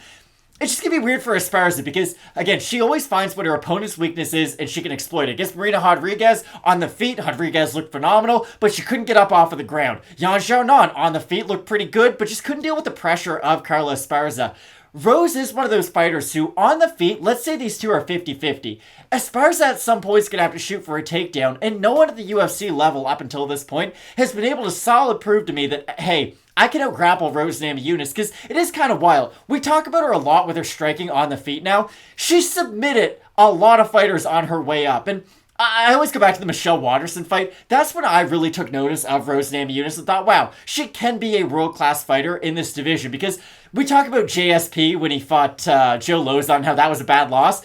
When Rose lost to Karolina Kowalkiewicz back at UFC 201, I know I'm going back for this, but I thought that was kind of it for her. I know it's a split decision. It was a really good fight, but I just felt like she was a step behind in that fight, and I never knew if we were going to see her rebuild back up to, a title shot or even be top 5. She went out, put on probably the most dominant performance of her career up until that point against Michelle Waterson. Head kicks her, gets her on the mat, chokes her out with a rear naked choke, and from that moment on, I've kind of been able to see, okay, we know what the full package of Rose Namajunas is. I'm really excited for this rematch. I mean, you look at it for Carla Esparza, long-time Southern California fighter, Team Oyama's own, and the bread and butter, or where the bread gets buttered, all of it. If we're hanging out at the bakery that is Team Oyama, it's Carla Esparza with her wrestling, with her grappling, with her top pressure, heavy upper body. And with Rose Namajunas, you talk about it when she's on the ground. She's such a slick back taker. She's so good at getting into the right position, not being too high, not getting bucked off, being able to do that. Now, when Zhang Weili made the move over to the States, Fight Ready MMA with Henry Cejudo and his weird pillows, they put the wrestling shoes on Zhang Weili, and she was able to gain the takedown on Rose Namajunas. Wasn't able to do much with them, and you can make an argument that she won that fight, lost that fight, whatever you want to do. I'm not here to have it today, but I will say that, listen, the game plan's there, the blueprint is there, Carla already has the win that's also there. There is an opportunity. Now, again, at 34 and a half, I guess, you don't really count half years when you're 34, but for somebody who's the cookie monster, maybe you do. When you look at it for Esparza, do you see it as a net positive being away for this long as to adding tools to your tool belt and getting that much better? Not at this age, that's the problem. If she was a younger fighter in her career, and if she wasn't as set in her ways, maybe we would see a whole new added wrinkle. But to me, Carla Esparza doesn't do anything different now from when she was champion. She just kind of does the things she did back then a little bit better now than she did back then. So I don't think we are going to see anything all that new from her. We just might see her wrestling finally be able to win out over the jiu-jitsu of Namajunas, because I know Esparza won their first fight by submission. I do not see that being the case whatsoever in this rematch. I think Namajunas on the mat is going to be tricky enough to where she's probably going to play the I'm going to go for broke, go for a lot of big sweeps. I might end up in a bit of a negative position to go for that really big sweep, because I don't think Esparza at this stage is going to threaten with as many submissions. We really haven't seen that out of her throughout this stage of her career, and this little run she's been able to go on, it's been a lot of full guard control, and that's good against some fighters, but Marina Rodriguez doesn't have a lot of attacks off of her back. She can't really make you pay for that. If you stay in the full guard of Rose Namajunas, she's going to threaten you with an armbar, a triangle choke, go for different sweeps and whatnot, and I do think that maybe not inactivity, because Esparza did look really good her last time out against Yan Xiaonan from the top position. I think that fight's a bit of an outlier. We normally don't see that kind of an activity from Esparza in the top position. Normally she will be a little bit more positionally dominant over just trying to get off her own damage on the ground. And you're right, Weili may have set up the start of a game plan to take down Namajunas, but the difference is Weili can at least match Namajunas on the feet in some rounds of their fight, if not throughout a lot of their fight. I don't think Esparza is going to have a lot of success on the feet in this matchup. Matt's saying that Esparza, from the start of her career to the point that she is now, she's kind of taken those skills and turned them up. One of those skills, standing against the cage looking pissed off as it gets, and just, yeah, she scares me. She scares me through the television. If they have that 4K thing on there where it blurs out the background, she's staring into my soul. It's like her eyes go black. She's like a demon. We look at the odds for this one. Demon Esparza opening a plus 185, plus 165 right now. And for Namajunas, opens minus 220, minus 200 favorite. Having a look at the Topology votes, Rose Namajunas has 2.5 million Instagram followers. I don't know where they came from, but they're there. I'm going to say they come out in full force, over under 85% Namajunas. I'll say over. I'm going to say over. Ooh, it's just slightly under. 795 total votes, 82%. Namajunas is 65% by decision. For the 18% that have Esparza, 78% by decision. I think Namajunas is going to get the win. I think she's better on the feet. I love Carla Esparza's last performance. And Matt, there used to be a talking point that we had about Carla Esparza, and I know I make fun of the mean mugging around the cage. Carla Esparza is somebody that we talked about on this channel for the longest time as a fighter that would always pick up just one little thing every fight. You'd see her do differently or a little bit better, just one little change here or there. In her last fight, it was the ferociousness of the takedown and then getting in there and getting that finish to get her opportunity for a title fight. I'm eager to see, again, maybe an added wrinkle with that 11 months off, but again, To me, I look at Rose Namajunas, the sweeps, the submission abilities of her own, and then again, the fact that she's amplified that striking so much from the Ultimate Fighter Season 20 Team Pettis and Melendez to now. I gotta go with Rose Namajunas here. Esparza just doesn't look comfortable on her feet. She never really has, if we're being completely honest. Like, go back and watch the Joanna Jacek fight. That really shows how uncomfortable she looks on her feet. Now, that was earlier in her career. She has matured a lot since that performance. But there's never been a fight where Carla Esparza's gone out there and really dominated it with her stand-up. She really does need to implement her wrestling to win fights at this top level in the division.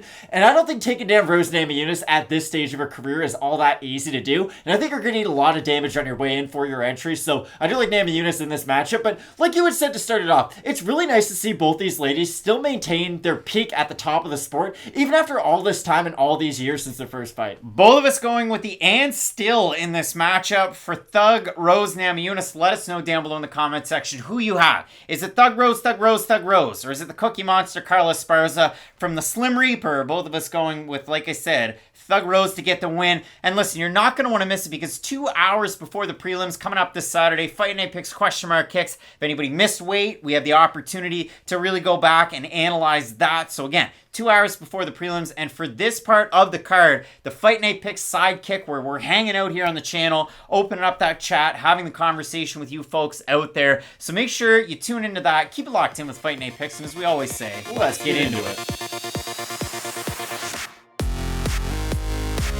Coming up this weekend, an absolute banger for the lightweight title with the former interim champ, Justin Mr. Highlight. He is the highlight. He is Justin Gaethje taking on Charles do Bronx Oliveira. And if you look at it for Charles Oliveira, the recent run is absolutely amazing. It's legendary. He is in 6 all-time UFC categories in terms of, I don't know, total fights, wins, finishes, submission wins. He's in the top 10 of those categories. It's crazy to see. And for submissions, number 1 with 15. What about bonuses? Tied for number 1 with Cowboy Cerrone, 18 in the UFC. It's absolutely wild. You look at it, takes on Michael Chandler, wins that belt, able to get it done. Takes on Dustin Poirier, finishes him with a crazy, crazy transition to get the submission. Charles Oliveira, he's like Hansel. He's so hot right now, and he's taking on Justin Gaethje. The commenters in our YouTube community tab, they don't have nice things to say about him. But to you YouTube community tab commenters out there, former World Series of Fighting champ. When he started his career off, he was a wrestler that would slam guys and knock them out. Ask Kevin Kroom how it went. Poor Kevin Kroom. But if you look at it for Justin Gaethje in the UFC, 6-3, he's won a bonus in every fight but one where he got bonused when he took on Khabib. Khabib got a performance bonus. Gaethje has 10 in the other 8 fights. Performance and fight of the night against Michael Johnson. He's got a performance and a fight of the night against Tony Ferguson. And if you look at it for Justin Gaethje, loses to Khabib, beats Michael Chandler in a fight of the year. Oh, but how many fight of the years has Justin Gaethje had since he came into the UFC in 2017, Craig? He's had 3. Michael Johnson, Dustin Poirier, and Michael Chandler. So it's been an amazing run for Justin Gaethje, and I think this is an amazing fight coming up this week. I was just going to say, he's got a pretty good chance to make it 4 for 4 this weekend, because this matchup against Charles Oliveira is everything MMA fans like. And I go a few different directions with this, but this is what I'm going to start off with. Fighting Charles Oliveira is like holding the water back from a dam. You have to be very, very structurally sound and follow a really, really smart game plan to be able to beat him. Because if you're fighting someone like Oliveira, the second any water gets through that dam, you know there's a big wall of it coming from behind. And Gaethje, with his grappling, he's weird. And when you break down grappling, you have to break it down into 2 parts. You have wrestling and you have jiu-jitsu. Both are considered grappling, but they are both very different. Justin Gaethje is a pretty good defensive wrestler. I know they talked about it a lot in the lead up to the Khabib fight, and we didn't really see it in that matchup. But again, Gaethje does have a very, very high level of wrestling in his back pocket that you can always go to. And this fight, I think, is very similar to the Dustin Poirier fight, because on the feet, Poirier and Gaethje, they're pretty similar. I would say Gaethje might hit a little bit harder, but Poirier is probably a little bit more technical with his boxing. The difference is, I think Poirier is a far better jiu-jitsu player than Justin Gaethje is. I know he got submitted by Charles Oliveira, but Dustin Poirier himself is a very, very high-level grappler, whereas the second we saw Justin Gaethje on the mat with Khabib, and I know, we're comparing him against one of the greatest grapplers we've ever seen, but Poirier was able to at least maintain some positions, have a little bit of success with Khabib, and again, not a whole lot, but he had him in a guillotine, he was able to get back his guard a couple times. The second Gaethje was on his back, he kind of looked like a fish out of water against Khabib. And I'm pretty sure Charles Oliveira, if he's watching that fight at home, he's thinking, okay, well, like, I might not be the same wrestler as Khabib Nurmagomedov, but the second the fight hits the ground, Oliveira might be one of the few fighters who could maybe challenge Khabib in the grappling. I know that's a crazy thing to say, but like Charles Oliveira is at that level of grappling in the UFC. He's been able to demonstrate it time and time again. And the really nice thing about Oliveira too, he's someone who people used to question, oh, does he have heart? Is he someone who could quit? He did kind of quit against Paul Felder. Let's be 100% honest, he did. But my favorite boxer of all time is Roberto Duran.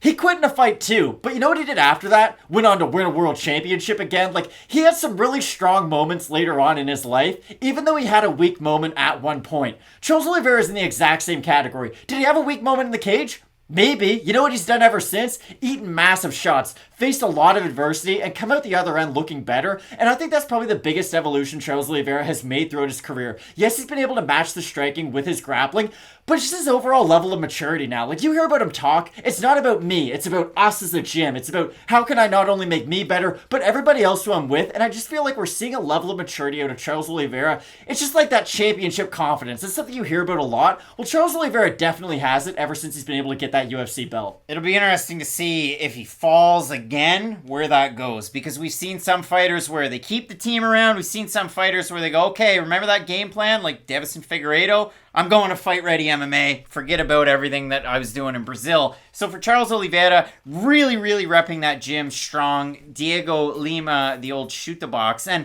you look at it over in our YouTube community section, Matt. So we threw out the poll earlier on today. 792 total votes, 68% going with Charles Oliveira. Your comments are appreciated. Bob said I got Charles winning because of how non-existent Justin's BJJ is. Hopefully I will say I am worried at how Charles handles the low kicks. In all reality, this fight is dictated by who pressures the other to the cage. Both guys get hurt when their backs are to the cage. We've also got Slim saying I think Gaethje knocks him out. We've got Scott saying Gaethje will easily beat him in the first round. Only a casual fanboy would say different. Matt, I don't know about that, but realistically, you look at this fight, and for Justin Gaethje, he has a fight of the night against Edson Barboza that was over at the 2.5 minute mark of round number 1. It was a wild 2.5 minutes, though. That's absolutely wild. For Gaethje, though, the thing that I love about him is you can have a 2.5 minute fight of the night against Edson Barboza, or you can have a fight that goes long where you finish Tony Ferguson, where he was still on his crazy win streak. He's still technically unbeatable at that point.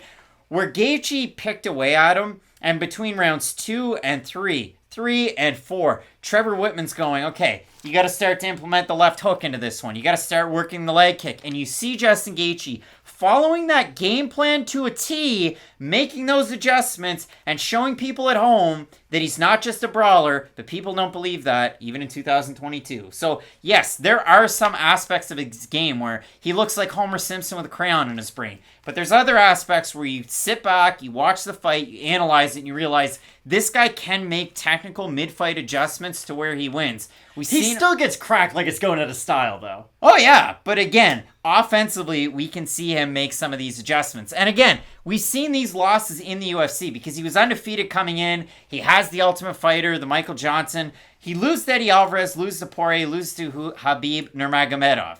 I know Eddie Alvarez is on a rough run right now. 3 of the greatest lightweights of all time, though. I know Eddie Alvarez is on a rough run right now, but trust me, he is a great. Dustin Poirier is a great. Khabib is the great. BJ Penn is also a great, but you might not like me saying that. And Charles Oliveira is well on his way to becoming one of those greats, and I feel like people need to start realizing that. Like, right now, I feel like everybody kind of widely agrees that Kamaru Usman's the closest out of any current champion to potentially getting the GOAT category in his division. And trust me, we love GSP. We're Canadians. But even we have to come to that realization eventually where it's like, okay, Usman's beaten everybody in the top 5. He looks incredibly dominant while he's doing it. Like, you're getting towards that GOAT conversation. Charles Oliveira faces adversity in his fights, but also finishes all of them. And that's the really incredible thing about Charles Oliveira. He can knock you out, he can submit you, he can win by decision. Whatever you need, Charles Oliveira's got it. And the thing about this fight is, I think the ranges are going to be really weird because in your mind, you probably think, okay, at long distance, Oliveira is going to have success. He likes that straight right. He works behind the jab. A little bit more kick heavy than Justin Gaethje.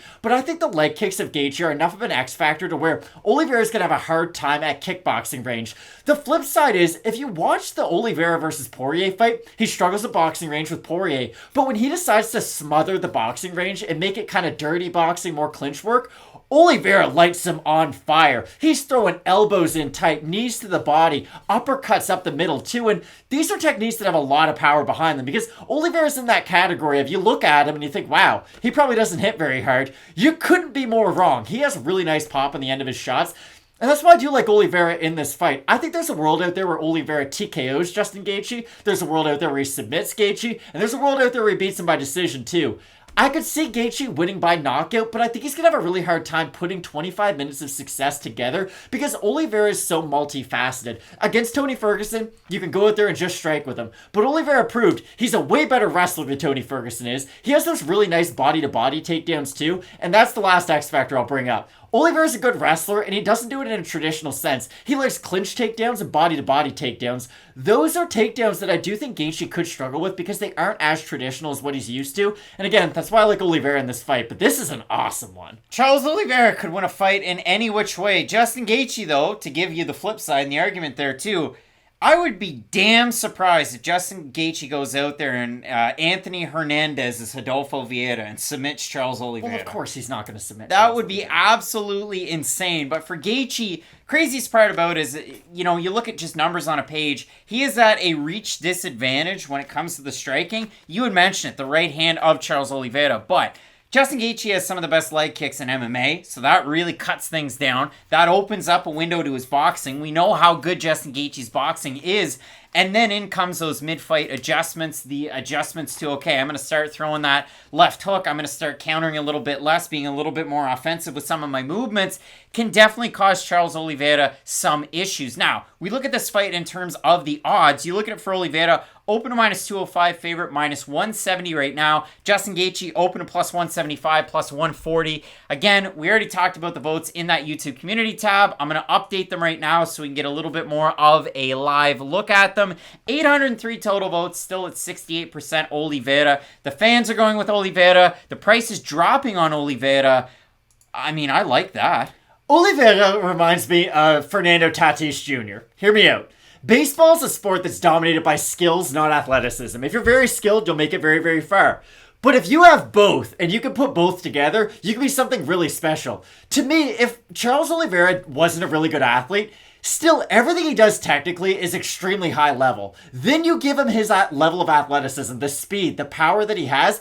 It just puts him over the edge, and that's why I like Oliveira in this fight. Yeah, it really is a tricky fight when you're trying to break it down. I know, again, if we're not picking Justin Gaethje... Couple of casuals, and I guess that might be what we are. But, Matt, I do have Charles Oliveira in this matchup. I want to hear from you down below in the comment section. I want to hear from you on Apple Podcasts. I want to hear from you on Spotify, even though they don't really have a comment section there. They should. Google Podcasts, wherever you get the podcast, there's a version of this in the audio form. And if you can't find it there, go to FightNightPicks.com, the website. Joshua Hart doing the damn thing over there. But all of the podcasts, the full card betting guides that he puts together, they are available on the website. You can hang out with us 2 hours before the prelims for Fight Night Picks, question mark kicks. And then we also have the sidekick, Matt. What is the sidekick? The sidekick, you've probably heard of these fight companions before. They're fun and all that. They're not the Fight Night Picks sidekick, though. It's just our chance to go over. We do our own commentary, have a lot of fun with you guys watching the fights. That's really what it's all about at the end of the day. Just watching MMA with more people who love the same sport we do. So hopefully you check it out, because here's the thing. We have some pay-per-views where, listen, there might be one fight on the main card where you have to get some maybe fake enthusiasm about. This couldn't be further from the truth. I am as excited for Cowboy Cerrone versus Joe Lozon as I am for Justin Gaethje versus Charles Oliveira. But I still think this whole main card is going to be incredible. I can't wait for Shogun Rua to walk out to the naked and the famous. And he just starts crying. Oh, it's going to be something. Make sure you tune in for all of that great stuff. Thank you so much for tuning in. Keep it locked in with Fight Night Picks, as we always say. Let's get into it.